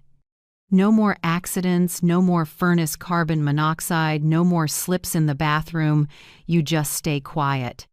Evan nearly shouted in a whisper over the comms. She just said it. We've got it, Lorraine. Let her keep talking. I took a deep breath and asked, the people before me, they got the same treatment, didn't they? Bianca tilted her head, voice flat. They all passed peacefully. Some chose sleeping pills, others were helped with gas. We call it a humane ending. Don't pretend to be shocked, Mrs. Whitaker. This world runs because of people like us, people who know when to drop the curtain. I was silent. 1 second, 2. Then from the door came 3 hard knocks, dry and sharp like a judge's gavel. Newport Police, open up! Marissa jumped up screaming. Caleb froze, useless. Bianca whipped around, but it was too late. Evan and 2 federal agents rushed in, reading the warrant. Bianca Mercer, you're under arrest for serial murder, financial fraud, and legal manipulation. The room exploded. Marissa screamed. Caleb collapsed into a chair, and I sat still, staring straight at Bianca. They cuffed her. Her eyes were full of hate, but the confidence was gone. You set me up, she said low.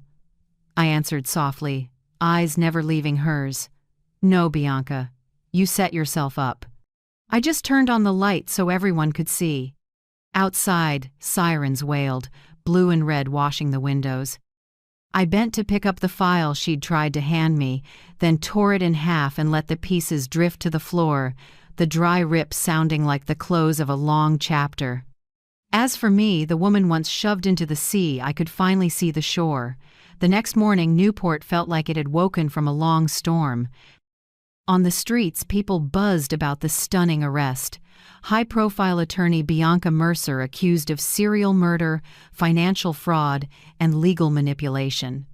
Her face was on the morning news, vacant eyes, tangled hair, a once proud expression stripped down to failure. I sat in a small room at the police station, first light slipping through the window onto the wood table. Evan stood beside me, hand resting lightly on my shoulder. Everything you did, it was worth it, he said quietly. "We have the full confession, including her line about the resolved files. The FBI has the case. The whole network is coming into the light." I just nodded. Every feeling in me was wrung dry, leaving a quiet emptiness. Maybe this is how it feels to come back from the dead, not joy, not gloating, just relief to still be breathing. Caleb and Marissa were held as co-conspirators and for fraud in the inheritance filings. Passing the interrogation room, I saw my son hunched over, hands shaking on the table. He looked up, eyes red. "Mom, I'm sorry." I stopped, looked at him a long moment. "Sorry won't erase it, Caleb, but if you tell the truth, maybe there's a part of you still worth saving." He nodded and turned away, shoulders trembling. For the first time in years, I felt no anger, only pity for a son who let greed and fear lead him. 3 days later, I left Newport and went back to the little island where Asha and Hank were caring for Rowan. The baby was smiling now, big brown eyes catching the morning light. I picked him up. The smell of formula and sea salt softened me. "You're proof that light can grow back out of darkness," I whispered. Asha smiled, hand on my shoulder. "You did what no one else dared, spoke for the silenced." I smiled, looking out to the water where the sun was climbing. "I'm just a survivor, and I owe a debt to those who died for the truth." In the weeks that followed, media across New England ran a series called The Mercer Files. More than 20 peaceful passings were reopened. Families came to me, hugged me, thanked me for not staying quiet. A special court was set up to review incapacity rulings. My name was removed from the deceased list. I, Lorraine Whitaker, was officially brought back in the eyes of the law. On the day I testified, I wore a black coat and pinned on Robert's silver brooch. I looked around at the faces of families waiting for justice, people like me, who'd lost someone and been told they had no right to know. I spoke evenly, firmly. Those who claim peace at the end turned the trust of the elderly into a marketplace. I'm not afraid of dying anymore. I already died once. What I fear is silence. And today, I'm not silent. The trial ran 4 weeks. In the end, the verdicts came. Bianca Mercer, life without parole. 2 doctors at North Shore, 18 years. Clarice Nolan and Edward Kane, co-conspirators, 8 years each. Marissa got 12 years. Caleb received 5 years of community supervision and was permanently disinherited. Carrying Rowan out of the courthouse, a sea wind lifted his little blanket. He smiled up at me, wide-eyed, not understanding a thing. Maybe he'll grow up never needing all the details, only that there was a mother, a grandmother, and a world that paid a price so he could live. That evening on the island, I wrote the final lines in my journal. "Robert, you once said life is a series of lessons in courage. Now I understand courage isn't not being afraid. It's moving forward while you're still shaking. Rowan will grow up in love, not in schemes. And I, at last, get to live as myself, free, light, and true." I closed the notebook and looked out at the sea. The night was calm.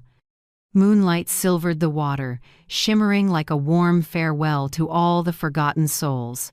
Rowan let out a small cry. I pulled him close, patted gently, and whispered, "Sleep, little one.